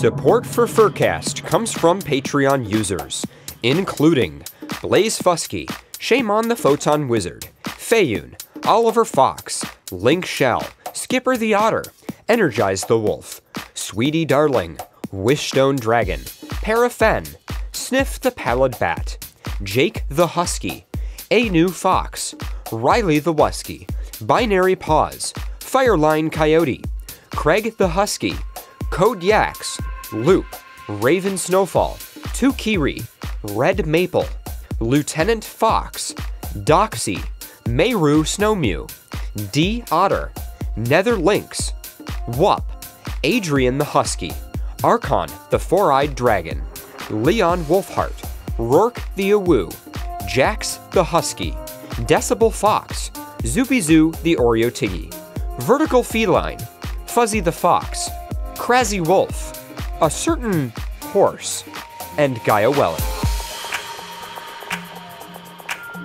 Additional support comes from Twitter users Commander Wolf 3, Alpha Werefox, Magic 7 Wolf, Kazro Fox, Myron the Fluffy, Vishy Kin, XSS Fox, XXXSS Fox, XSXSS Fox, Drop Table Foxes, Dapper Panther, Spurrigs _ Zelig on Twitter at Stealthy Dragon, 12 on Twitter at The Lion Thing, Nia on Twitter at Secret Kins, Shua on Twitter at Pulsing Panther, and Coda Winter on Twitter at Dakota Wolf 12. From Telegram users, Mike Chrome, and from YouTube channels, Anthony Wolf Gaming and Hayu Martin on YouTube. Additional support for FurCast comes from Devin D. Parlett and the Furry Hockey League at furryhockeyleague.com, Macrowolf at macrowolf.com, Shisha Sheppy, who's a good boy, Dark Fox DK, who says CJ is the goodest boy, Harry Who Ink Pen Mouse at harrywho.com, Patty, who says what Socks says is true, Socks, who says what Patty says is not true, Nectrus the Koi Dog Rogue, furry tabletop enthusiast since 2009, Fishmeister Cod, still not a furry since February 2011, Cody Big Cat, everyone knows what they say about lions with big paws. We have big hearts. Nishoba Silverwolf, FA user Silverwolf-1122. Little Sunshine and Scootaloo with the unofficial XBN Xbox app at patreon.com/horseapps. FurCast's #1 wimpy fan, Tyler the Wesky. Chris Tail on FA, specializing in Toonie art. The Church of Issoir, worshipping lynx since the year Tuft. X the Fox, the real blue fox. Kumo, wishing everyone a :3 day. To Bunny Boy, who says at Paradox, bunnies are friends, not food. Super Dwarf with anthrolinks.net. Skycorp, creating transformative technologies for mature audiences at skycorp.global. Zoopy Zo, supporting Tim Tam Anonymous meetings. Kranos, who says, circles are rubbish. Meds the Fox and Mississippi Anthropomorphics. Like our Facebook page at facebook.com/msanthro. Tekwin, TC Fox, and Kaiwana of the InFurSec Den. Sylvan Scott, on Fur Affinity with macro, micro, and hyperfiction stories. Shadowclaw Studios, check out our Facebook page for links to our gaming streams. The Feline Support Alliance, who says, "Mau, who says that? No cat says that. Sneps say that. I'm not a Snep. What do you care? Who's crazy? No. Check It Airlines. We still and always will land on our feet. Silvergatamon at patreon.com/silvergatamon. And Cheetah Paws for a daily dose of bulgy arts. Support him at patreon.com/cheetahpaws. Support for FurCast comes from Patreon, PayPal, Bitcoin, and from listeners like you. To become a patron and learn more about supporting FurCast, visit furcast.fm/donate. This is XBN.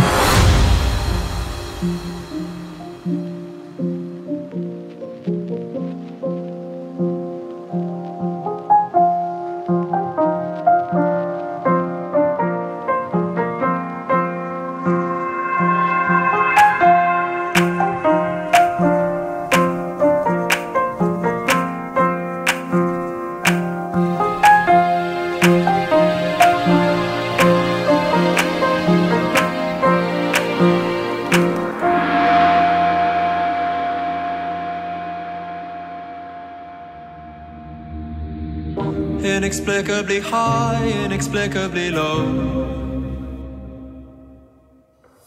I think I know what I want, but I don't know where to go. And all the while it seems that I'm living in my dreams and not in the now. No, not in the now. When I was 4, I raised my finger to a moving car. It crashed, so I assumed I had a superpower. I didn't raise that finger until I was 9, when a schoolboy attacked for the 25th time. Down I went, my index still up, so convinced that he would just drop. Powerless to make it stop. Powerless to make it stop. Inexplicably high, inexplicably low. I think I know what I want, but I don't know where to go. And all the while it seems that I'm living in my dreams, not in the now. No, not in the now. At 19, I still just about believed in God. I guess that I was pretty late to shake it off. Faulty magic whisper to the man who could mend. I tricked myself in thinking he could cure my best friend. 2 weeks in, his insides gave up. The drugs can't tell, but why would words bring him luck? Powerless to make it stop. Powerless to make it stop. Inexplicably high, inexplicably low. I think I know what I want, but I don't know where to go. And all the while it seems that I'm living in my dreams, not in the now. No, not in the now. Now my hands are pulling out the donkey's reins. I feel I've gone the wrong route down a dusty lane. The grass could have been greener down the first road I took. I'd give up my happiness just for one look. My lust to win is eating me up. A game I can't win up against my own clock. Powerless to make it stop. Powerless to make it stop. Inexplicably high, inexplicably low. I think I know what I want, but I don't know where to go. And all the while it seems that I'm living in my dreams and not in the now. No, not in the now. Inexplicably high, inexplicably low. I think I know what I want, but I don't know where to go. And all the while it seems that I'm living in my dreams, not in the now. No, not in the now. Inexplicably high, inexplicably low. I think I know what I want, but I don't know where to go. And all the while it seems that I'm living in my dreams and not in the now. No, not in the now. You're listening to FurCast.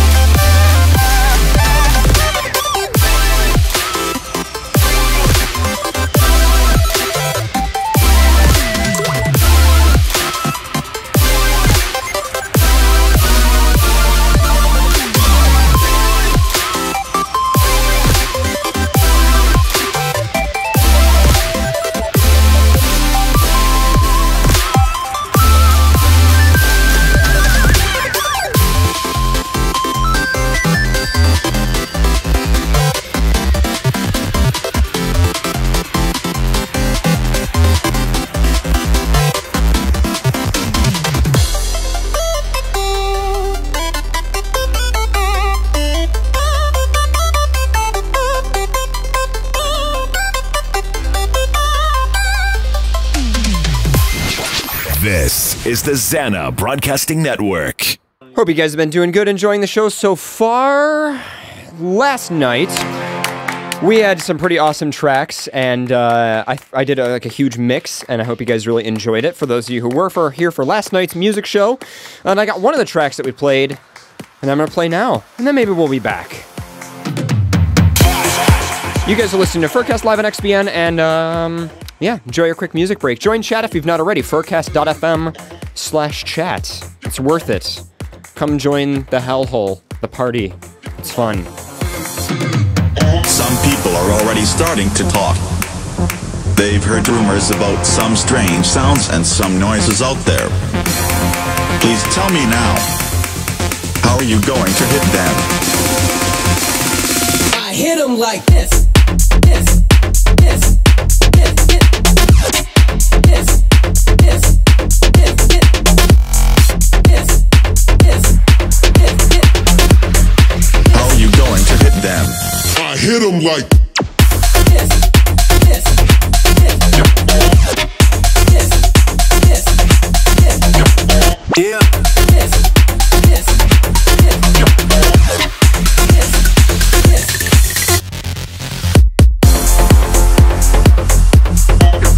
They've heard rumors about some strange sounds and some noises out there. There. What the hell is going on down there?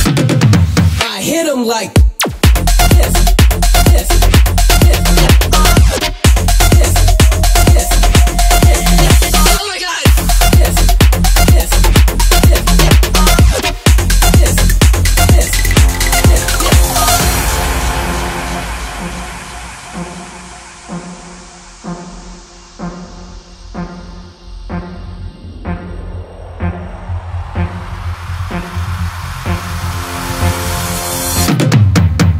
Rumors about some strange sounds and some noises out there. Tell me now, how are you going to hit them? I hit them like this, this, this, this, this, this, this, this, this, how are you going to hit them? I hit them like this, this, this, this, this, yeah. This, this, this,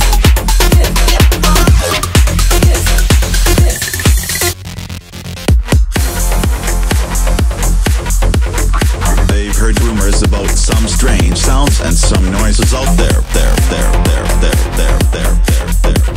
What the hell is going on down there? I hit them like this, this,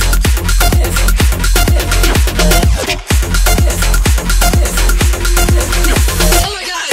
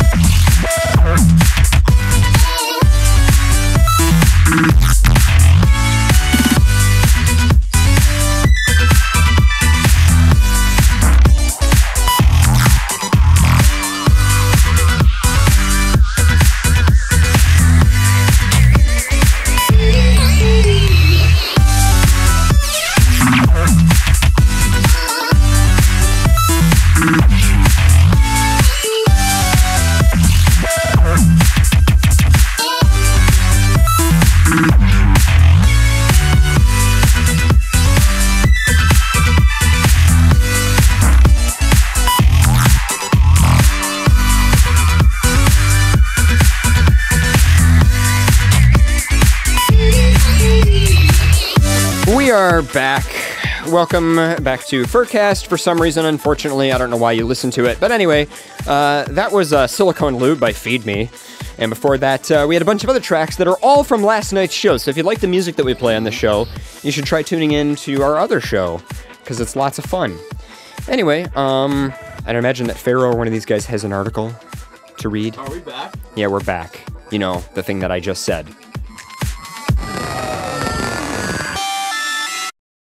Are we bark? We're bark. No, you bark. We're bark. Are we bark? Could be. Bark. Bark, bark. Bark. Bark. Woof. Bark, woof. Foxes don't woof. Or bark. Foxes can do anything. No. They could take anything. Except communicate. Yeah, it's because he's talking so many different languages. It's like it laid so We have a often. song about us. What does the fox say? Well, nobody knows what the fox says. Hey Siri. What does the fox say?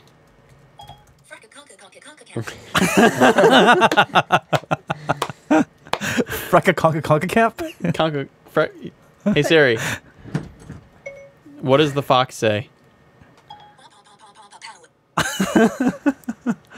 Thank you, Hey Siri. Siri. It tries. Hey Siri. Call Chris. We're not gonna call Chris. Zed said, "Hey Siri, call Chris," and God damn it! I don't like how. I guess my voice is too generic. like Zed said, "Call Chris," and it called Chris. Right. Chris Otter. Right, yeah. Who was on the show before. Yeah. Hey call Siri. it- No, it's not gonna work. Hey Siri. I have to mock your voice somehow. Come on, you like voice acting. You could mock my voice. Hey Theory. Hey Theory. None of them are gonna work. Oh dear. I'm kind of curious. I want to just see his vocal pattern, and then try to Hey. replicate and see how far off I am. Hey Siri. Hey Siri. I don't know if Probably doesn't hear vocal you. pattern is. It's got to be a vocal pattern because it can't be. Well, yeah, but looking at the waveform is gonna help you. Try it again. Try it again. Hey Siri. You're saying it way too fast. Hey Siri. That's a little bit closer to how you gotta say it, yeah, but I don't know. Anyway. Hey Siri. She doesn't even like me. She's like, fuck Oh, you. wait, are you blocking the... Oh, you can't Oh, is block that the it? proximity sensor. Yeah. Oh, It thinks it's in your pocket if you do that. Hey Siri. Yeah, there it goes. Call Chris. Which Chris? Chris Miller, Chris Katrupi, Kiss Katroopy. That was my Chris Kiroxy, or Chris Magic. magic. Don't call anybody. Actually, just stop because Pharaoh's being an asshole. No! Calling Pharaoh. Well, now we're calling Pharaoh. Just stop. Pharaoh's being an asshole. Don't Calling Pharaoh. Don't call Pharaoh. He never answers. True. It's very true. There's your phone. Pharaoh has a phone? It didn't even ring. I'll get back to you. All right. To disconnect, press 1. If you still want to leave a You message gotta for this put it. person, press 3, or simply stay on the line. At the tone, please record your message. When you have finished recording, you may hang up or press 1 for more options. Hi, Pharaoh. This is your best friend, CJ. Just wanted to, give you a call and see what you're up to tonight. See if you want to hang out and just have a couple Can you drinks. just shut up? And I just hope to hear from you soon. I just missed your pretty face, and I just want to touch your legs. You stayed at my And house till 6 a.m. Somebody in I chat just- said we set their phone off. I love you so much. Okay. I'll see you later, Sorry. sweetheart. Can't wait to top you later.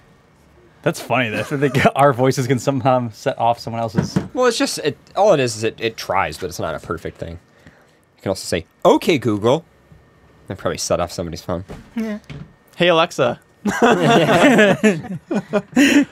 Add penis to the shopping list. You can't. Alexa won't say dildo. Yes. Big That- black beep. Big, yeah. really? You can't say dildo because when we were at the New Year's party, We learned that Alexa blocks dildo. Alexa blocks dildo. So if you say, hey, Alexa, Simon says, I want a big black dildo. and then it'll say, I want a big black beep. Wow. Yeah.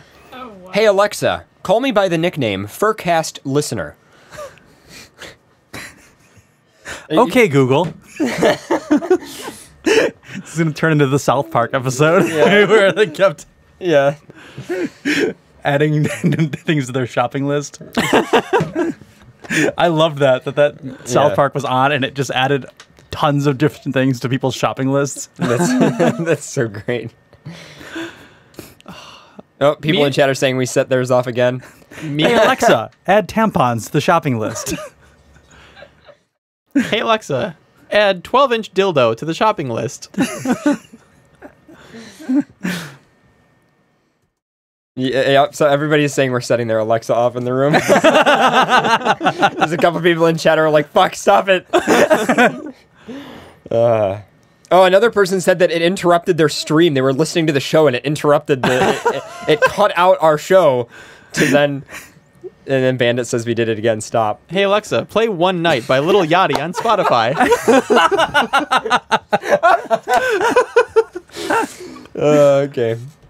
Hey, Alexa, play Andrew WK. Have you heard his new song? Mm-mm. It's really good. He just released a song after 10 years of not releasing a song. I tweeted at him to ask for an interview and he never responded. Andrew WK? Yeah. He loves furries too. It's I don't know. weird. Maybe we could try again though. Party. I'm getting messages on Telegram now that we're fucking up people's. We need to do this more often. Yeah. Yeah. How have we not done this? Anyway. All right. So, hey Alexa, Simon says I love FurCast. Oh my God. Okay, Google, call mom.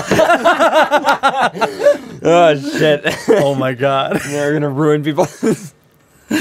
Me, I'm not gonna. So my brother bought my mom and my stepdad an Alexa, Alexa and Amazon, whatever, right, for Christmas. And I'm not gonna lie, I feel weird because I have full conversations with Alexa before I leave for work because nobody else is home. It's me and the dog. No, but we're best friends now. She plays music for me, and I'm like. There was a recent. There was something that wasn't a security hack, but they found out that the actual Alexas record everything that has been said to them and upload them to a cloud-based system. Wouldn't surprise me. So and it's constantly on. I'm getting so many messages. I got another 3 messages from people on Telegram and 2 other people in chat just said they're having. Wait. What? Oh my God. Hold on. Okay, Google, turn the lights off. Actually, we can do that in here. Can we? Yeah. Hey Siri, turn the lights off. Done. And it turned off a bunch of those lights. Not all of the lights, Yeah, but it turned off some of them. So yeah, it's a little bit darker in here. Hey Siri, set show. Show. Sure. And there it goes. I'm just gonna take audio clips of you guys saying "Hey Siri" just to have them on a recorder. It's just fuck with your phones constantly. Yeah. Moving on. Do you guys have articles? Yes. I think you had linked him a thing. I linked CJ a great one. Oh, yeah, I did open that actually. What kind of article? It's just clearing my throat. It's a funny one. It's a prank in Canada. Okay.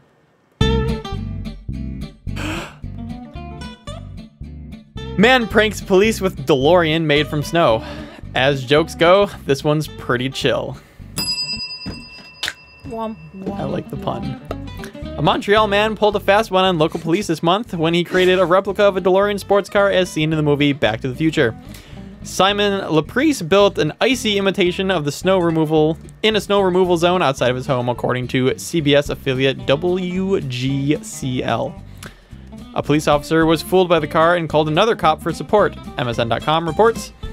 They eventually realized it was fake and gave Laprise a fake parking ticket, which CBS Los Angeles said translates to "You made our night, ha ha ha ha ha," smiley face. The prank might have warmed the hearts of local police officers, but sanitation workers reportedly plowed down the snow DeLorean the next day. That's it. Okay. But honestly, the pictures, amazing. The pictures are really good. It looks like a car covered in snow. It's pretty legit. It's good. That's wow. That guy. I want to do that here. We had enough. We have snow. enough snow. We had enough. We had enough, so we don't now. But. Can we do that? Because isn't there parking no parking on your street? We can't do it at our house. No, because- we would have to do it here because you have no parking past 3 p.m. or 1 a.m. 3 a.m. Yeah, Or we 2 could do a.m., it here. whatever it is. When it snows super hard, I am down to do that. We'll get some shovels, and we'll like don't tell your parents not to plow your driveway. So like that way, we'll just use the snow from the driveway so it looks normal. Right. Like you didn't like take snow off the lawn or something, so it's like inconspicuous. Inconspicuous. Got it, like the little neck thing. We can go and plow other people's driveways. Yeah, well, like, we'll plow your driveway. We just need your snow. That's it. Like, We need your snow. I really don't care about making money or plowing. Making it more convenient for you. I don't care about you at all. Actually, I just want your snow. We have to get like windshield wipers though, just to put on. That's what it looks like he did. Like on the windshield. If you look at like the windshield, it looks like he has windshield wipers on there. See it? Yeah, that's what I was saying. It's like, So it like looks legit. Have you ever spray painted snow too? You would like spray paint like you just touch the snow and it all collapses just in your little pile.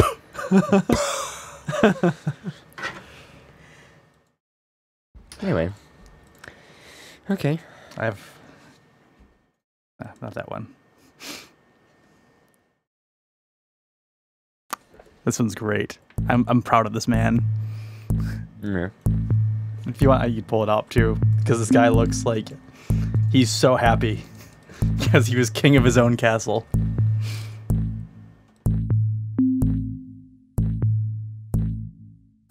All right, I got it.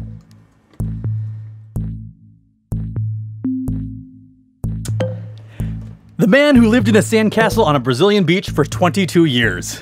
What? That's awesome.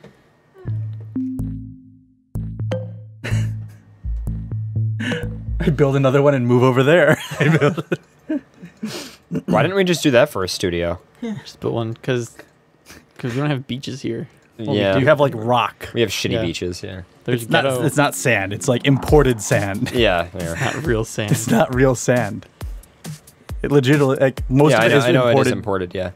We import our sand. Do we really? Yeah. I didn't know that. Yeah. It's actually an issue. Sand is actually becoming harder and harder to get in good quantities of nice sand because it's expensive. It's heavy. I mean, it's fucking rock. You're shipping rock. No, it used to be rock. Well, yes, but the other thing is in a past because life. because we keep pushing it to all the beaches and everything, it effectively washes more and more into the ocean and everything. And Okay, then just go into the middle of the ocean, get a big hose, suck it up from the bottom of the sea flood, and then just bring it back. Don't know Fuck if Poseidon. it quite works that way, but Poseidon. okay. Sure, that's a fetish. Fuck Poseidon. I love how that one thing was fuckboy is just an offspring of Zeus. I remember that, yeah. That was good. Random animal fact, horses are gay. For 22 years, Beach Monarch.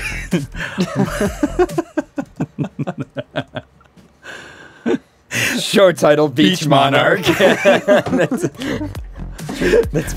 That's legit. Yeah.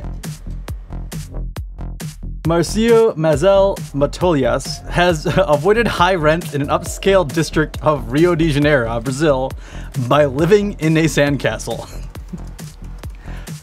But his unusual home has not stopped the 44-year-old, known affectionately by local as the King, from pursuing his three passions: reading, golf, and fishing. Matolias has no trouble putting on a regal air and happy pose to the throne in front of his castle, scepter in hand.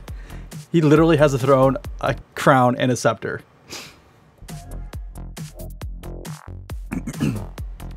He almost looks like the Dasaki's guy. Like in the one picture. Like go down one more, like this one. Yeah, Doesn't he does. Yeah. Dasaki's? Doseki's? Dos Equis? Yeah, a little bit, yeah. Like that face. I don't always build a sandcastle, but when I do, I live in it. However, unlike many other monarchs, King Marcio is personally responsible for conducting repairs to his palace, whether it's the dungeon or a door. He also has to constantly water his home to keep it from collapsing. Holy shit, if you go down, he literally has, like, books and, like, a bedroom. Wow. Oh, that's actually inside of it. Wow. Yeah. Dang, nice. Well, it looks like he built an actual structure and then put the sand around it. Yeah. Well, yeah, but still, that's impressive. Yeah, that's That pretty still lives in a sandcastle.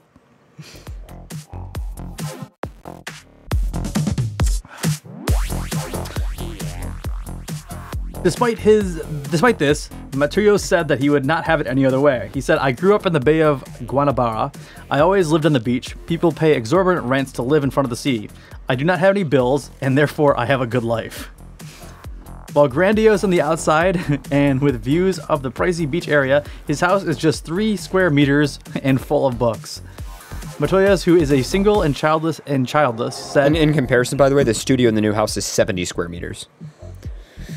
So 3 square meters, it's pretty limited. That's the size of this room, right? No. This is more than 3 square meters.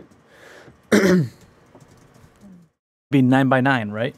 No, it's not. This room's not 9 feet. I'm saying 3 square meters would be 9 by 9, right? Yes. Yeah. Would you say this room is probably what, 12? Well, if you take in consideration the this stuff. room is 25 square meters. Just did no, that. it can't be 25 square meters. Yeah, it is. Not square feet, square meters. Doesn't seem right. This room is 272 square feet. Silly American measure. I'm pretty sure it's 16 by 17. I'm pretty sure is the shape. Or no, it's not 16 by 17. I think it's I forget. This room's pretty small. Yeah, about 270. So then 270 square feet and square meter. Read your damn article. I'm watching. Today's who's single and childless, so there is one drawback to his peaceful existence. The sand holds in all the heat, so at night times he sometimes cannot even sleep there. I'll spend the night at a friend's house, but I prefer it here, even though I have somebody says 9 by 9 is 9 meters square, not 9 square meters. I don't know. Just read. I'm not mathing right now. Yeah, we're not mathing. Yeah, they're right. Yeah. Yes. Correct. Absolutely. Yeah, so 3 square meters, for instance, could be 3 feet by 9 feet. Yeah. Which would be about 27 square feet, which would be about 3 square meters. Says somebody in chat, so anyway. Article. That's it. Hey, don't be such a square. It's up to be a square. Dun, dun, da, da, da, da. Sorry.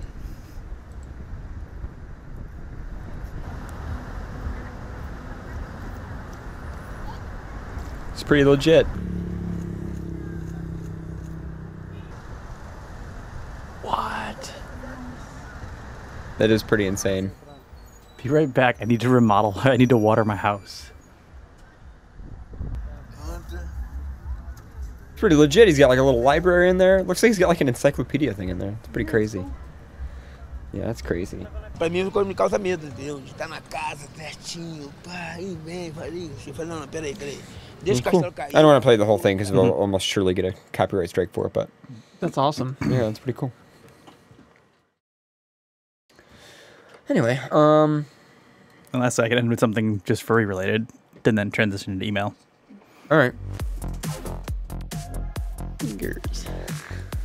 I'm not sure if we ever read this one. Maybe we did. Warburton's Crumpets apologize after using a hashtag linked to a furry group. Yeah, we did read that. That was in the roundup 2 weeks ago, I believe. Okay. Yep. Crumpet Creations. Which is a fursuit maker that does like kinky reindeers. I like deers. I like to rail deers. I don't know if that's season. I'm not judging. I'm learning. Oh. I'm not judging. I'm learning. It's just tis the season, you know, like reindeers and Christmas time somehow go together, and like just I don't know. Do we need to get you a harness with belts? Do I need a bag? Well, if you sit up and bag, that would help. Instead of a red nose, you'd have a pink nose. Yes. CJ, the pink-nosed reindeer. Can I get a purple harness? What? Purple harness. Oh, of course. Okay. Yeah, sure. No If you want to do problem. something scary, then common houseplants are somehow perforating people's eardrums. Feed me, Seymour. That sounds like a really dumb clickbait headline. Which does describe most of the headlines from this The Grinch website. sucked me up for a lobster during lobster. That's not clickbait. Did you see that? What? Did you see Meek's tweet? No, I didn't. Meek, the famous drunk person that we talk about, tweeted something pretty good. Okay. Pretty good. What's his Twitter handle? At Meekrat. Isn't it Meekrat35 or is it just Meekrat? It's Meekrat35. Yeah, no, Yeah, you're right. okay. You're right. Meek, I was going to say. All right. Apparently, like it's people being stupid and sleeping next to household plants. Oh my god. Not clickbait. It's terrifying. Yeah.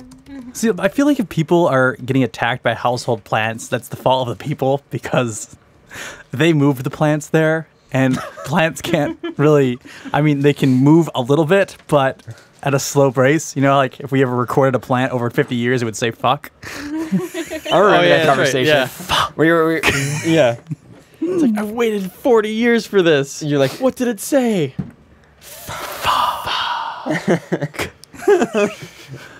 Well, fuck. I still like the idea that plants are on a different time plane than we are. So, Oh, like, yeah. maybe they can speak to each other. It's just they're speaking so slow that we can't actually hear it. It's like a high idea. Pick it up. Ones of plants Plants are actually talking when the wind blows, but it's at such a slow speed that we just can't understand it. Dude, what do plants say to each other? This soil is lit, bro.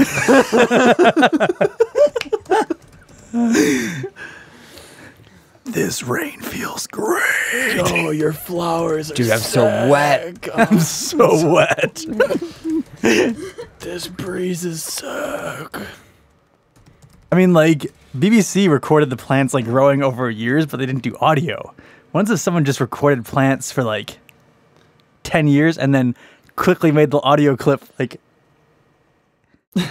faster, and it... I don't know how you'd filter out all of the noise that would be around that.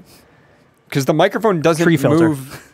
But so in that case, you're saying that a plant speaks at like 0.0001 hertz or something like that, which you can't record to the microphone. Maybe with like a pressure sensor. Honestly, you'd want to just use a camera and just, if the plant moves a little bit, map the movements and then make that a waveform. You can't use a microphone. Plants. Being Well, they're realistic talking. here. But they're talking so slow that the measurements are not air pressure measurements. They're physical movement measurements that happen over a long period of time. You'd have to time lapse it. Well, And then when take they're all the talking movement. at once, that's how the wind blows. Plants in the sunlight. Dude, I'm so baked. The wind blowing is just actually 1,000 plants talking at once.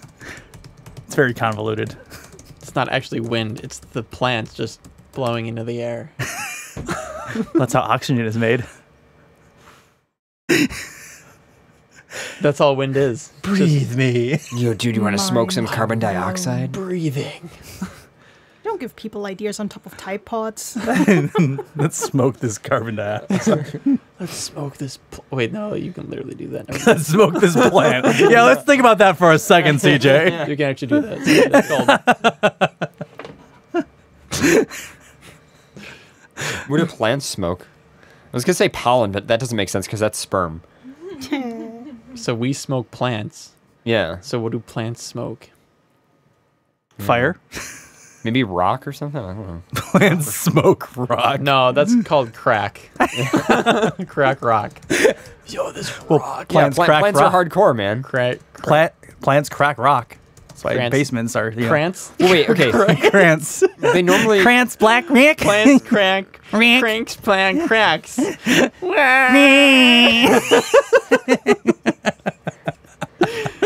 Plants crack. You guys are in like a rocks. different universe than me. We're in 3018. Y'all in 2018. Oh boy. That video. Plants, crack, rack. Plants, crack, cracks. Things I put up with. You guys ready for emails? I love when plants, crack, racks.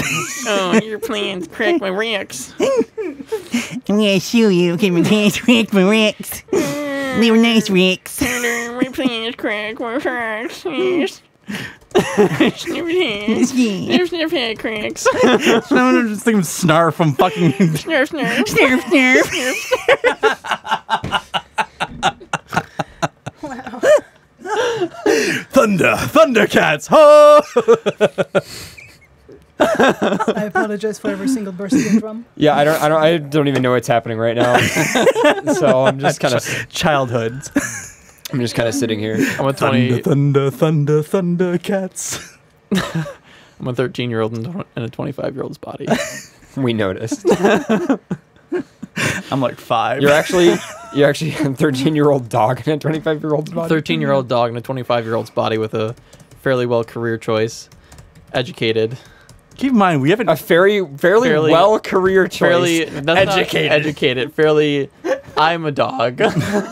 I don't know English. Keep in mind, we're not on drugs while doing this show or alcohol. Yeah, we don't drink or anything, in case anybody's curious. Not yet, but we do plan to at the new studio. As I've said, the very first show in the new studio, I will be drinking. Because then we won't have to drive.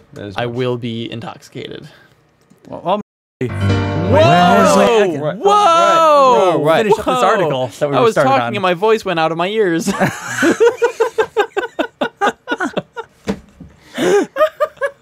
Oh, it's so loud. I just couldn't hear myself. That was weird. Don't do that again. Okay, all right, fine. Unannounced. Just do it again. I'm gonna finish the article that I was reading about you had an household article? plant. Yes, that's what we were talking about when we talked about plants saying fuck at slow motion. Oh, yeah, that's right. Okay. Yeah, finish your article. The yucca plant. You know, a very common household plant. Mm-hmm. We should put one in the studio so we can attack people. Uh-huh. Actually, go off on a side topic for a second. I really want to make a death garden and then put a sign that says "Beware of plants." Like that. Beware of dogs. What was it, like the death plant thing? And what is it, the UK, where it's like all these plants will kill you? Yeah, or the something? death garden. Yeah, the death garden. Yeah. We should definitely do that. Just have a fence that just says "Beware of plants. They may attack." Because stupid. Well, like we talked about. Stupid fucking Americans would be like, fuck plants. There would be a bunch of dead deer and rabbits. Yeah. You know what? Definitely rabbits. Well, you killed enough rabbits living in your neighborhood because you're a fox and that's what you do. You just hunt rabbits. If it's in our nature, I can't stop it. I don't even try. I've hit 4 rabbits going to the house already. You're terrible. They run across the street. I don't swerve. I have never in my life killed a rabbit. I've gone to your house. Killed a bird with my car. I've gone to your house plenty of times. I've never seen a rabbit cross the road. Why did a rabbit cross the road to get hit by Pharaoh's car? Oh, did we talk about on the show suicidal how an rabbits. Exterminator came to the house? Did we talk about that? Yeah, and they were like Fox something. Yeah, there's a extermination service called Fox Extermination.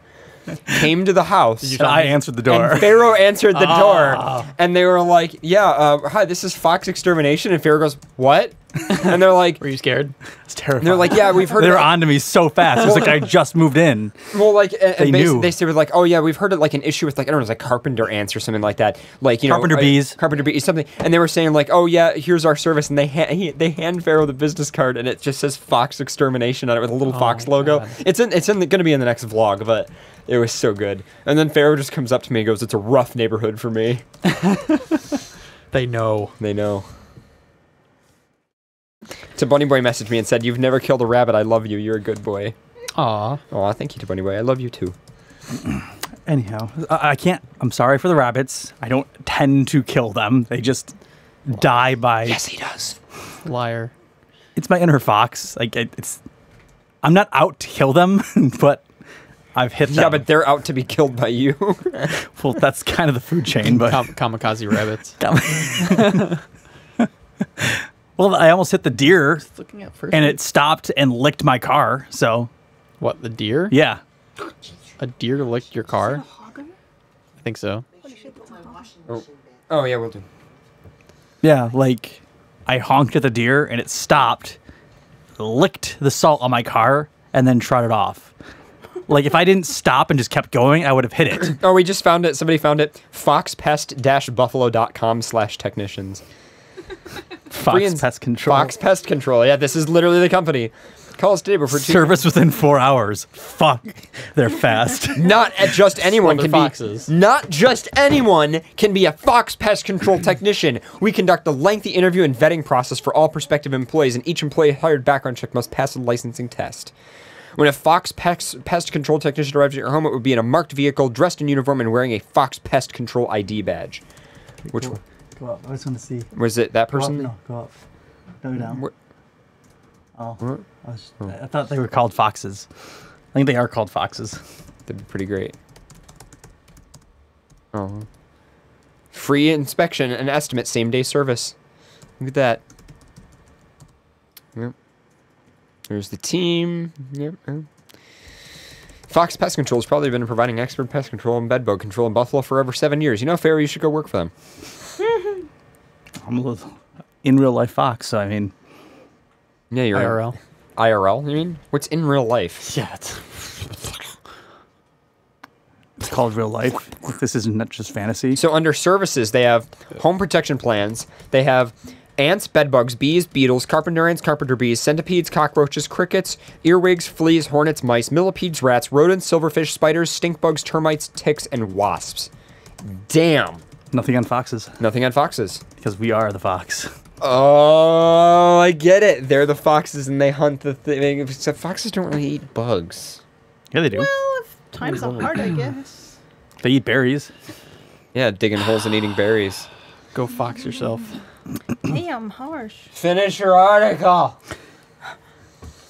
Yucca plants. Hey, before you finish your article. Rather good, you know. They don't tend to need much water. They contribute a bit to a vibrant viridian to the apartment. And according to the Royal Horticultural Society, they can add a dramatic agricultural effect to the borders and courtyards within a bulge with sword-shaped leaves. How lovely. As revealed by the curious study in the Journal of Clinical Horticulture. I don't know how to pronounce that one. Anyhow. Through the sword-shaped leaves, they are doing something rather unintentionally malevolent. They're causing serious ear injuries. Have made a few people deaf.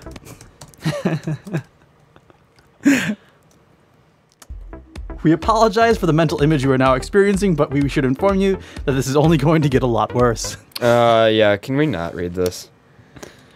The paper, which describes poor yucca plants as a form of garden terrors. Like, maybe literally not read this and just link it. Yeah, can you just link this and not explains read that there it? have been at least 28 serious ear injuries caused by the entry of the pointy leaves into people's ear canals. No thanks. Yeah, can you genuinely stop reading this? No. We're switching to emails.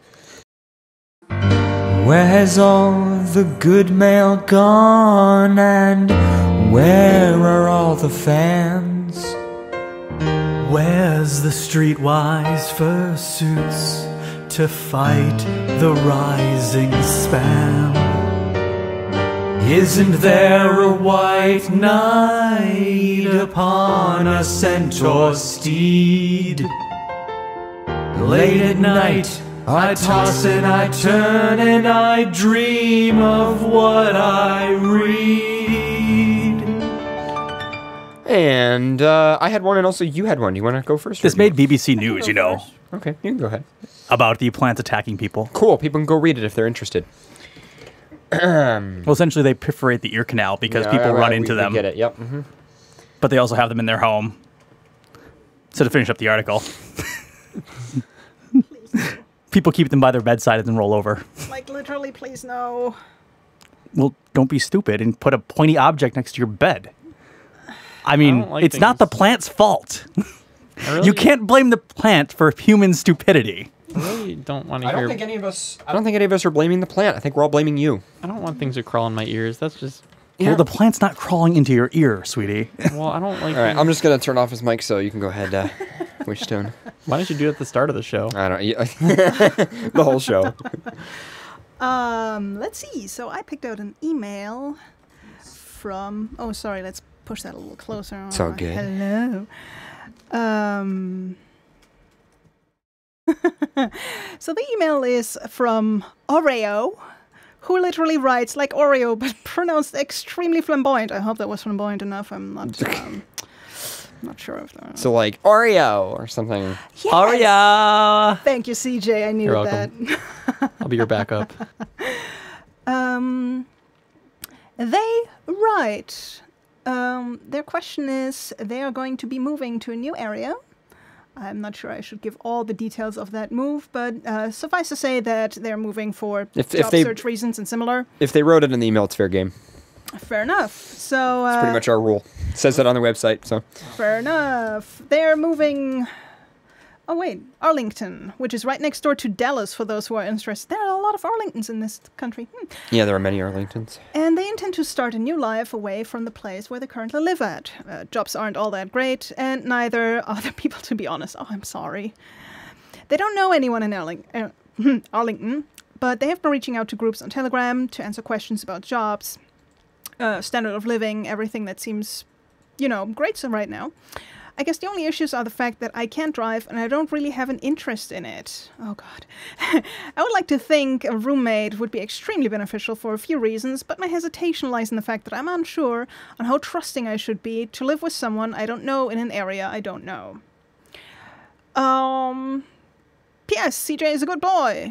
P.P.S. He knows that Pharaoh is possibly shaking his head in dismay for CJ's reward. Sorry. He's giving doggy treats to CJ. There you go, doggy treats. Not reading the whole email, it's a bit long. But I've moved quite a bit since I came to the US. So you've had a crazy whole workflow of life story. Yeah. So long as I lived in Germany, I mean, I am German. I grew up in Germany, and it seemed outrageous to just, take the train and drive 6 hours by train just to go to Berlin. And I'm kicking my butt to not do this because I moved to the US 10 years ago, and I started out in Fairfax County in Virginia. Yeah. Then I moved down to Raleigh, North Carolina. Then from there all the way over to Silicon Valley, so straight across the country. Then to Austin, Texas, and now up to Seattle. I am kicking myself so hard I never visited Berlin. But what you learn when you move around so much is there are so many resources you can actually reach out to. So depending on how much from zero you start, you could pretty much start up with places like Craigslist actually here in the US. That is, for the non-US folks, a website that basically offers anything from I'm giving away my couch it's like a newspaper listing website. It's a newspaper listing website. That's a very good So how would you suggest using it, though? So, I know there's, personals on Craigslist, but would you suggest more, looking for, I don't know, a D&D group or something? Actually, for that, I would suggest different sites. So Craigslist was my thought on, finding a place to live. Oh, finding a place to live in a job. Yeah.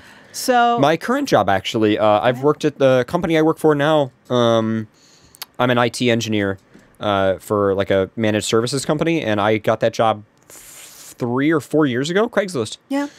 It is not a good place. It is not a bad place to start if you need something like that. Yeah. The other things are also, depending on how much stuff you're schlepping around, you are not going to have a massively hard time with, finding a roomie and maybe even changing a roomie. There are websites everywhere in literally every country that uses the internet quite frequently that has something like roommates.com or similar where you can check out people.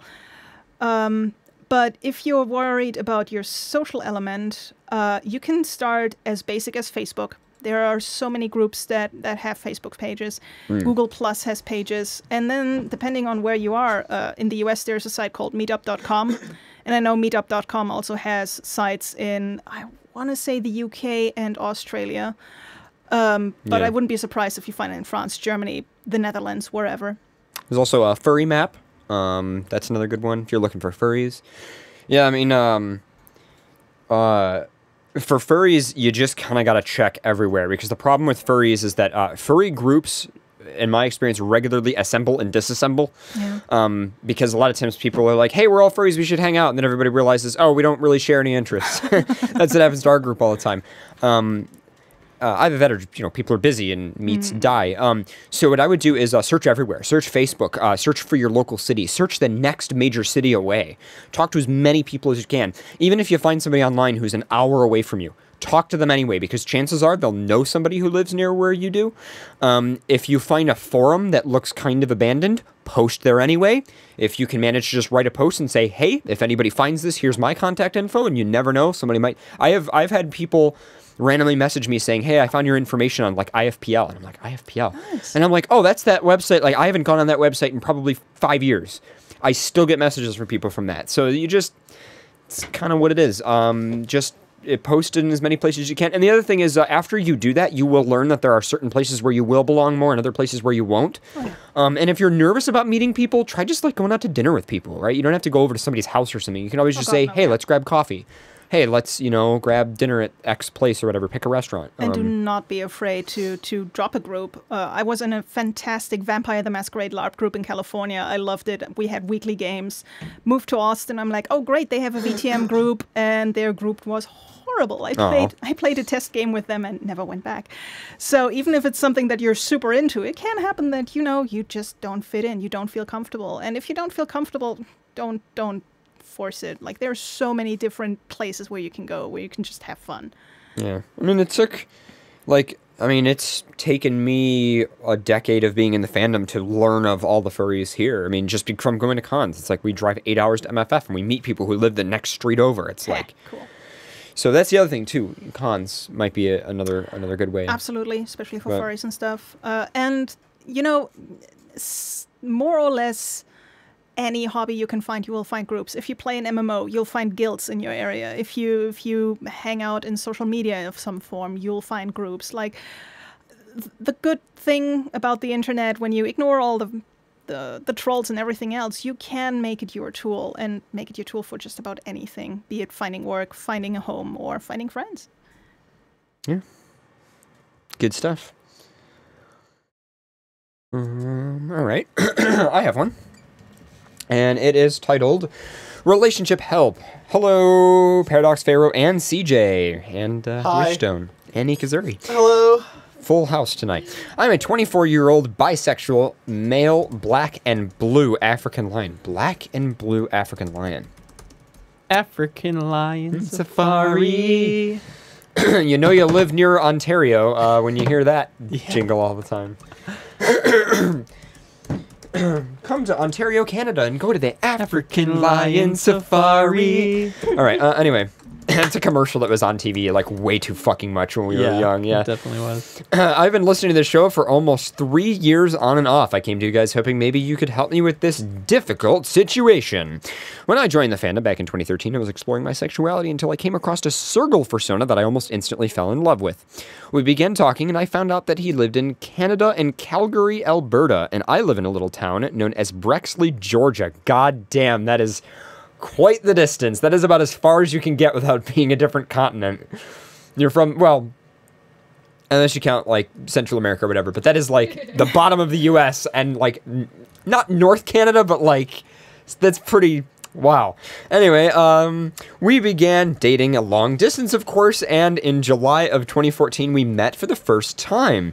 He flew in and stayed with me for a week. I have never been with a guy before, but it was the best week of my life. My feelings were stronger for a while, but I quickly lost interest because of the distance. I soon caught up with an old girlfriend, who became a furry as well, and kind of broke off the relationship. We've been good friends since, and he was there for me when things went south with my snow leopard girlfriend that messed up pretty good. Well, it's because you dated a snow leopard, obviously. Snaps. Fucking snaps. We have been talking... Sorry. We have been talking again, and I still have feelings for him, but at the same time, I feel like I want a family sometime soon, which requires a female mate, but I don't know any other furries here near me, and the 2,500-mile distance is a major issue for him and I. What do I do? Thank you guys for helping. First things first, you say you need a female furry for a family, but not exactly? if you have either A, a donor, B, some other type of science that you want to invest in, or adopting. I mean, you could always help a child in need. That could be something you could do. Also, sometimes adopting can be beneficial because then you don't have to go through some of the, like, annoyances of having to deal with, you know, infants and everything. Unless, I don't know, you want that experience. I personally would not, but, you know what I mean? It's, you know, they're old enough that they haven't died yet, so, you know, I don't know. I'm horrible. I'm horrible about children. Anyway, no, I think that might be an option there. The other thing, I don't want to say polyamorous, because it sounds to me like you're looking for something monogamous, but I guess what I'm trying to say is I know you're interested in a family and I know you're interested in a kid, but I don't know if I would turn down a relationship with someone of the same gender as you, or the same sex as you, either or, just because of that. I think there's some alternatives, and I think all that matters is that you're happy and you feel like you belong and you feel like the person supports you. I think that's actually the most important part. As for your long distance relationship, see, you said you're 24. I don't know. What do you guys think about that? Because I also don't. I mean, the probably 2 or 3 of the people I am most intimate with also live really far away, and I'm not in relationships with them for that reason. You know, that's kind of just how it goes. Unfortunately, that's like probably the worst part of being furry, to be honest, or just in general internet culture. I think that's like probably the worst part is people who live far away. Although, you know, once you get the means and you get a decent amount of money or you have a decent career, a lot of times you can visit people, like you're visiting us, for instance. But I don't know what to suggest. I heard Ika snicker in the background because holy crap, am I in a similar situation right now? Oh, really? So Kane and I are quite a bit apart. Kane is in Pennsylvania and I'm in Washington State. Right. But I am actually not a stranger to long distance relationships. Most of my relationships throughout my life were long distance. Right. And the only thing I can say is they are a lot of work, but they can absolutely work so long as both people are invested. My ex-husband and I started as a long distance relationship. And no, that he's an ex-husband has nothing to do with that. That's okay. For quite a while, though. It was... Yeah. Yeah. We were together for 6 years. But the thing that is in every relationship is the work. Whether you are a long-distance relationship or whether you are living next door to your sweetheart, it takes a lot of talking, it takes a lot of compromise, and it gets even worse if, say, one or both partners are poly, because then you need to actually have a certain level of investment that goes beyond that. You need to figure out, you know, where are the comfort levels? What does partner X want? What does partner Y want? You need to figure out, you know, how sometimes do I as difficult as that is, though, sometimes that can actually save a long distance relationship. Oh, absolutely. I know several long distance relationships that are held together purely due to the fact that they are open. But I've also seen a relationship fall apart because of that, because they were long distance for a long time and then suddenly they weren't. And then they didn't want to be, or one of the partners didn't want to be open anymore because of that, and the other one still did. So that created conflict. I've seen that. Yeah, I don't know. It's the other issue too is that, you know, especially if you meet somebody online first and most of your time with them is spent online, sometimes the thing that you enjoy doing, the pastime that you have with that person, is spending that time online. So it can be kind of weird because when you hang out in real life, you have to find a whole new mode of learning to adapt to entertaining each other and, you know, being together. And not that it has to be perfect, right? I know people who are, you know, married and have other friends and do other things. That's fine. But the thing is, like, there's so many different types of friendships and relationships. When I think about my life, like, there's people where my primary friendship with them is just we, like, watch a movie online once in a while. And if we hung out in real life, which we have, I don't think there's really much that we'd even do, because it's just we enjoy doing that thing, and that's it. So that's the other kind of thing about... That's any relationship. That's Yeah. friendships, too. That's the chat room where I met Kane, the person who runs it came out to Washington for work. And she and I hung out, and it was fantastic. I thought, oh my God, we don't talk much when I'm in the chat channel with her, but we immediately clicked. There's all kinds of factors that are coming together. And when you then say, okay, I'm considering taking a maid, I'm considering family stuff, that too goes back into communication, especially if you want to have a family. You cannot start, you know, hey, I just spawned a kid. What now? Yeah. You just cannot. I would do that. try being together, like lifestyle-wise, for at least half a decade. Oh God, yes. Because the thing is, when you have a kid, that's going to throw a wrench in whatever life, like, workflow you have that is functioning for you, whether it's, you know, the things you enjoy doing or the stuff you spend time together doing, and whatever. It's like, if you're not ready, if you're not already out of balance, having a kid is going to throw something that's out of balance even more out of balance. And no, getting a pet will not do the same.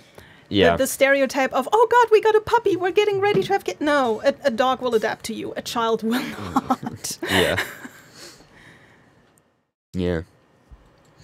I don't know. It just depends. It's like, you know, there's different people who enjoy different things, different types of relationships. So, and that's, I mean, you know, why things like open or poly can be a little bit more of a solution for some people. I know for myself, because it's like, I have all these various people that I'm close to, and we've kind of just discovered, hey, let's just enjoy the closeness we have at whatever level we have it at, and not try to force it into, like, this needs to be a traditional relationship where we live together and yada, yada, yada. And that's kind of unfortunate because, you know, sometimes maybe you want that and you value the monogamy, but... And Cody is in the chat, by the way. Says, thing is, I don't want kids right now. And he said, you know my struggle, Wishstone. But yeah, it's a difficult one to figure out. I don't know, long distance is something that... I don't want to say that I do it or that I don't do it, long distance, because in a way... Yeah, I mean, it all comes down to how do you define a relationship, because there are definitely people... on different continents that I am closer to than people I see every day, you know? So it's like you get to this point where it's like, well, what constitutes care and intimacy and those things that you share with a person? I don't know. Yeah, it's weird because, like, I'm only like a couple of feet from you right now. Yeah, I know. It's like we're pretty close. We are pretty close. You're saying people on other continents are, like, closer? I'm sorry you had to learn it this way, CJ. That's weird. I'm breaking up with you, CJ. What? The table, like, splits in half. This whole side of the house collapses. Anyway, yeah, no, that's a difficult one. The other thing you can do is, I mean, well, I was going to say try it, but it kind of sounds like you already did. I don't know. Yeah. That's that email. If you, if you, have the time or means or whatever to, you know, go out, spend a week or two with them before you do anything, you know, more drastic, just to see, you know, what is your day like together? What are days like together? That would definitely help. And when you go from a long distance to a closer relationship. Yeah. Got one more. Unless one of you guys wants to read one. I don't have one, so. You didn't have one? What was that? I don't know. Somebody's phone is doing that into our mics. Anyway, all right, I got one. I'll probably call it a night after this. Help a blue brother out, ? Howdy, FurCast crew. Hope you all get this email in time for the next episode. Excuse me. You're excused. Yeah, oh, thanks, CJ. You're welcome. I've been listening to the show for quite a while now, since episode 147, and each time I listen, the show just gets better and better. I'm a blue skunk from Houston, and I've been in the fandom for a good 5 years now. But up until now, I've never really done anything in the fandom. I have high hopes and aspirations for being an active contributor to the furry fandom, and I've been working on a plethora of schemes to live out that dream. Writing a book, songwriting, YouTubing, starting my own fursuit company. I apologize if this is a rather long email. It's not. I have a lot of questions, and I'd like to ask, but I've never gotten the opportunity to do this before. For time's sake, I'm going to break this down into just 2 questions. I guess my first question would be about music and songwriting in the fandom. Generally, I write parody, mainly some rap and classic rock, being only the ripe age of 18, still in high school and living with parents who have only a disgusted perspective of the fandom. Via finding my browser history 2 years ago, I'm a bit of a dead end when it comes to support, be it physical or financial. The end goal being to maybe do an album with Nice or Pepper Coyote. Oh, well, that's an aspiration. My trouble is I don't know where to start. I've written the lyrics, but that's as far as I've gotten. Where can I find good recording equipment or rent a studio for cheap? And seeing as my music is marketed primarily towards the fandom, where is the best place to get this out to the fandom? I know Houston has a huge music scene, but I'm highly doubtful any record company would be willing to sign any kid fresh out of high school who markets towards such a niche audience and narrow genre. Thank you all so much. Love you to death, Mumbles the Blue Skunk. Okay. Are you just talking about songwriting or song playing? Because it makes me wonder, like, do you own musical instruments that you play and then you're writing songs for them? Or are you just planning on doing, like, more, like, electronic kind of sampled stuff?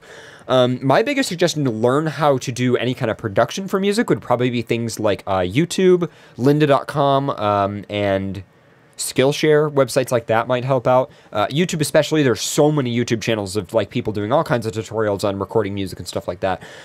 As for, like, recording equipment and, like, renting a space, you know, honestly, I would pick up a cheap audio interface on eBay or something and pick up, like, a microphone and just track some stuff into a DAW if that's really what you want to do for now. If you just want to demo some stuff.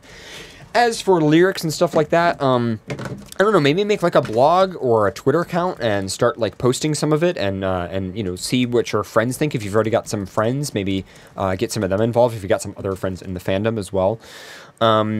As for those guys, the people you mentioned, like those being your aspirations, I don't know. I mean, I think if you had some stuff that you were putting out, maybe some, like, demos, you could throw some stuff on SoundCloud or Bandcamp. Overall, my advice is just start producing stuff. Get into the actual production. I think unless you enjoy the process of production, I think you're going to be miserable doing it anyway. So if you can get into it and get into a mode where you enjoy the actual productive process of doing this stuff, right? It seems like you already enjoy the lyric stuff. If you could get into a rhythm with the rest of it, get it, rhythm, I think that would help a lot.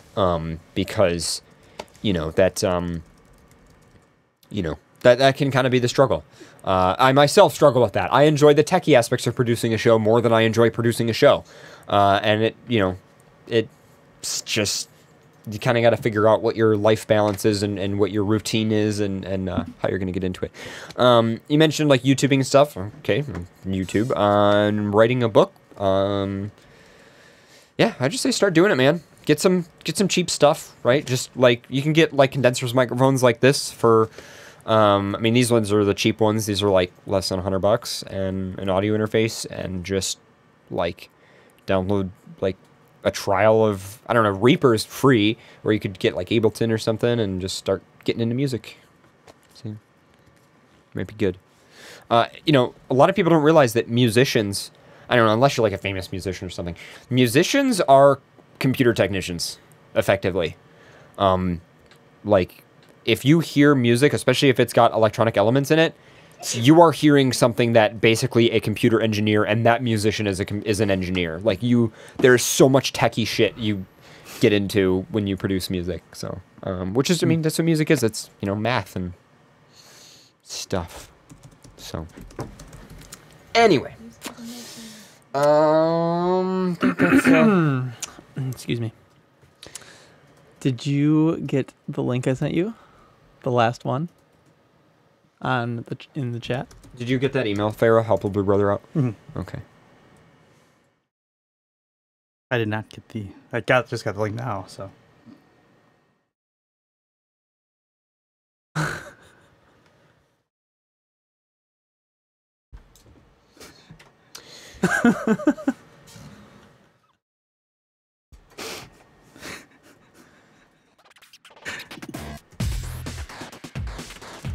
Wow.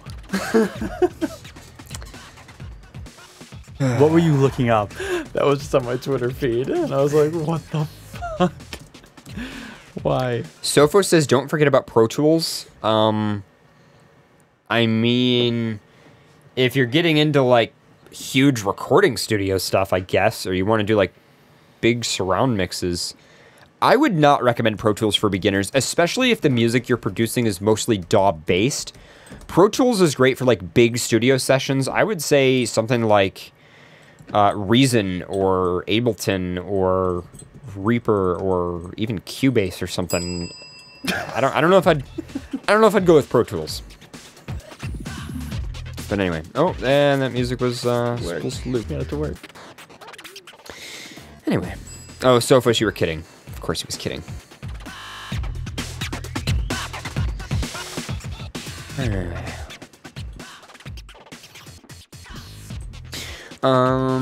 But yeah, I've been your host, Paradox. I think we're all pretty dead. Yeah, I think we're all pretty tired. I'm worn out.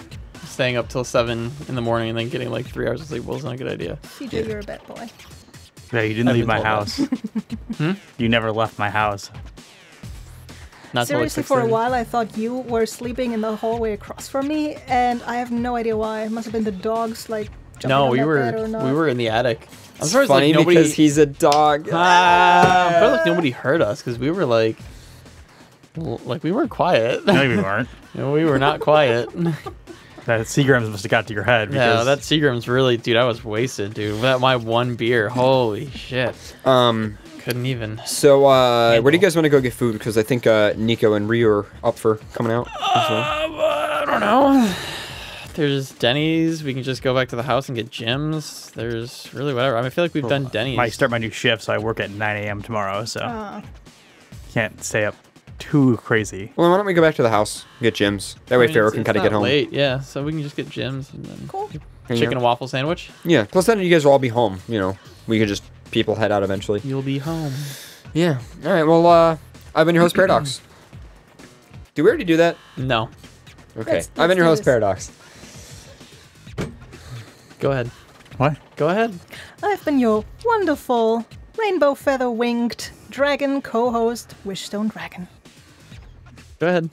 I've been your fabulous Blue Fox host, Pharaoh. Hey Alexa, Simon says CJ is the goodest of boys. Okay.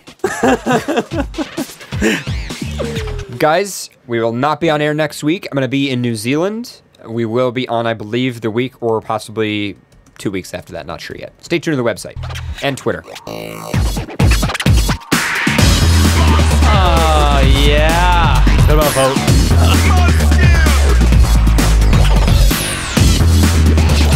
This is the Zana Broadcasting Network.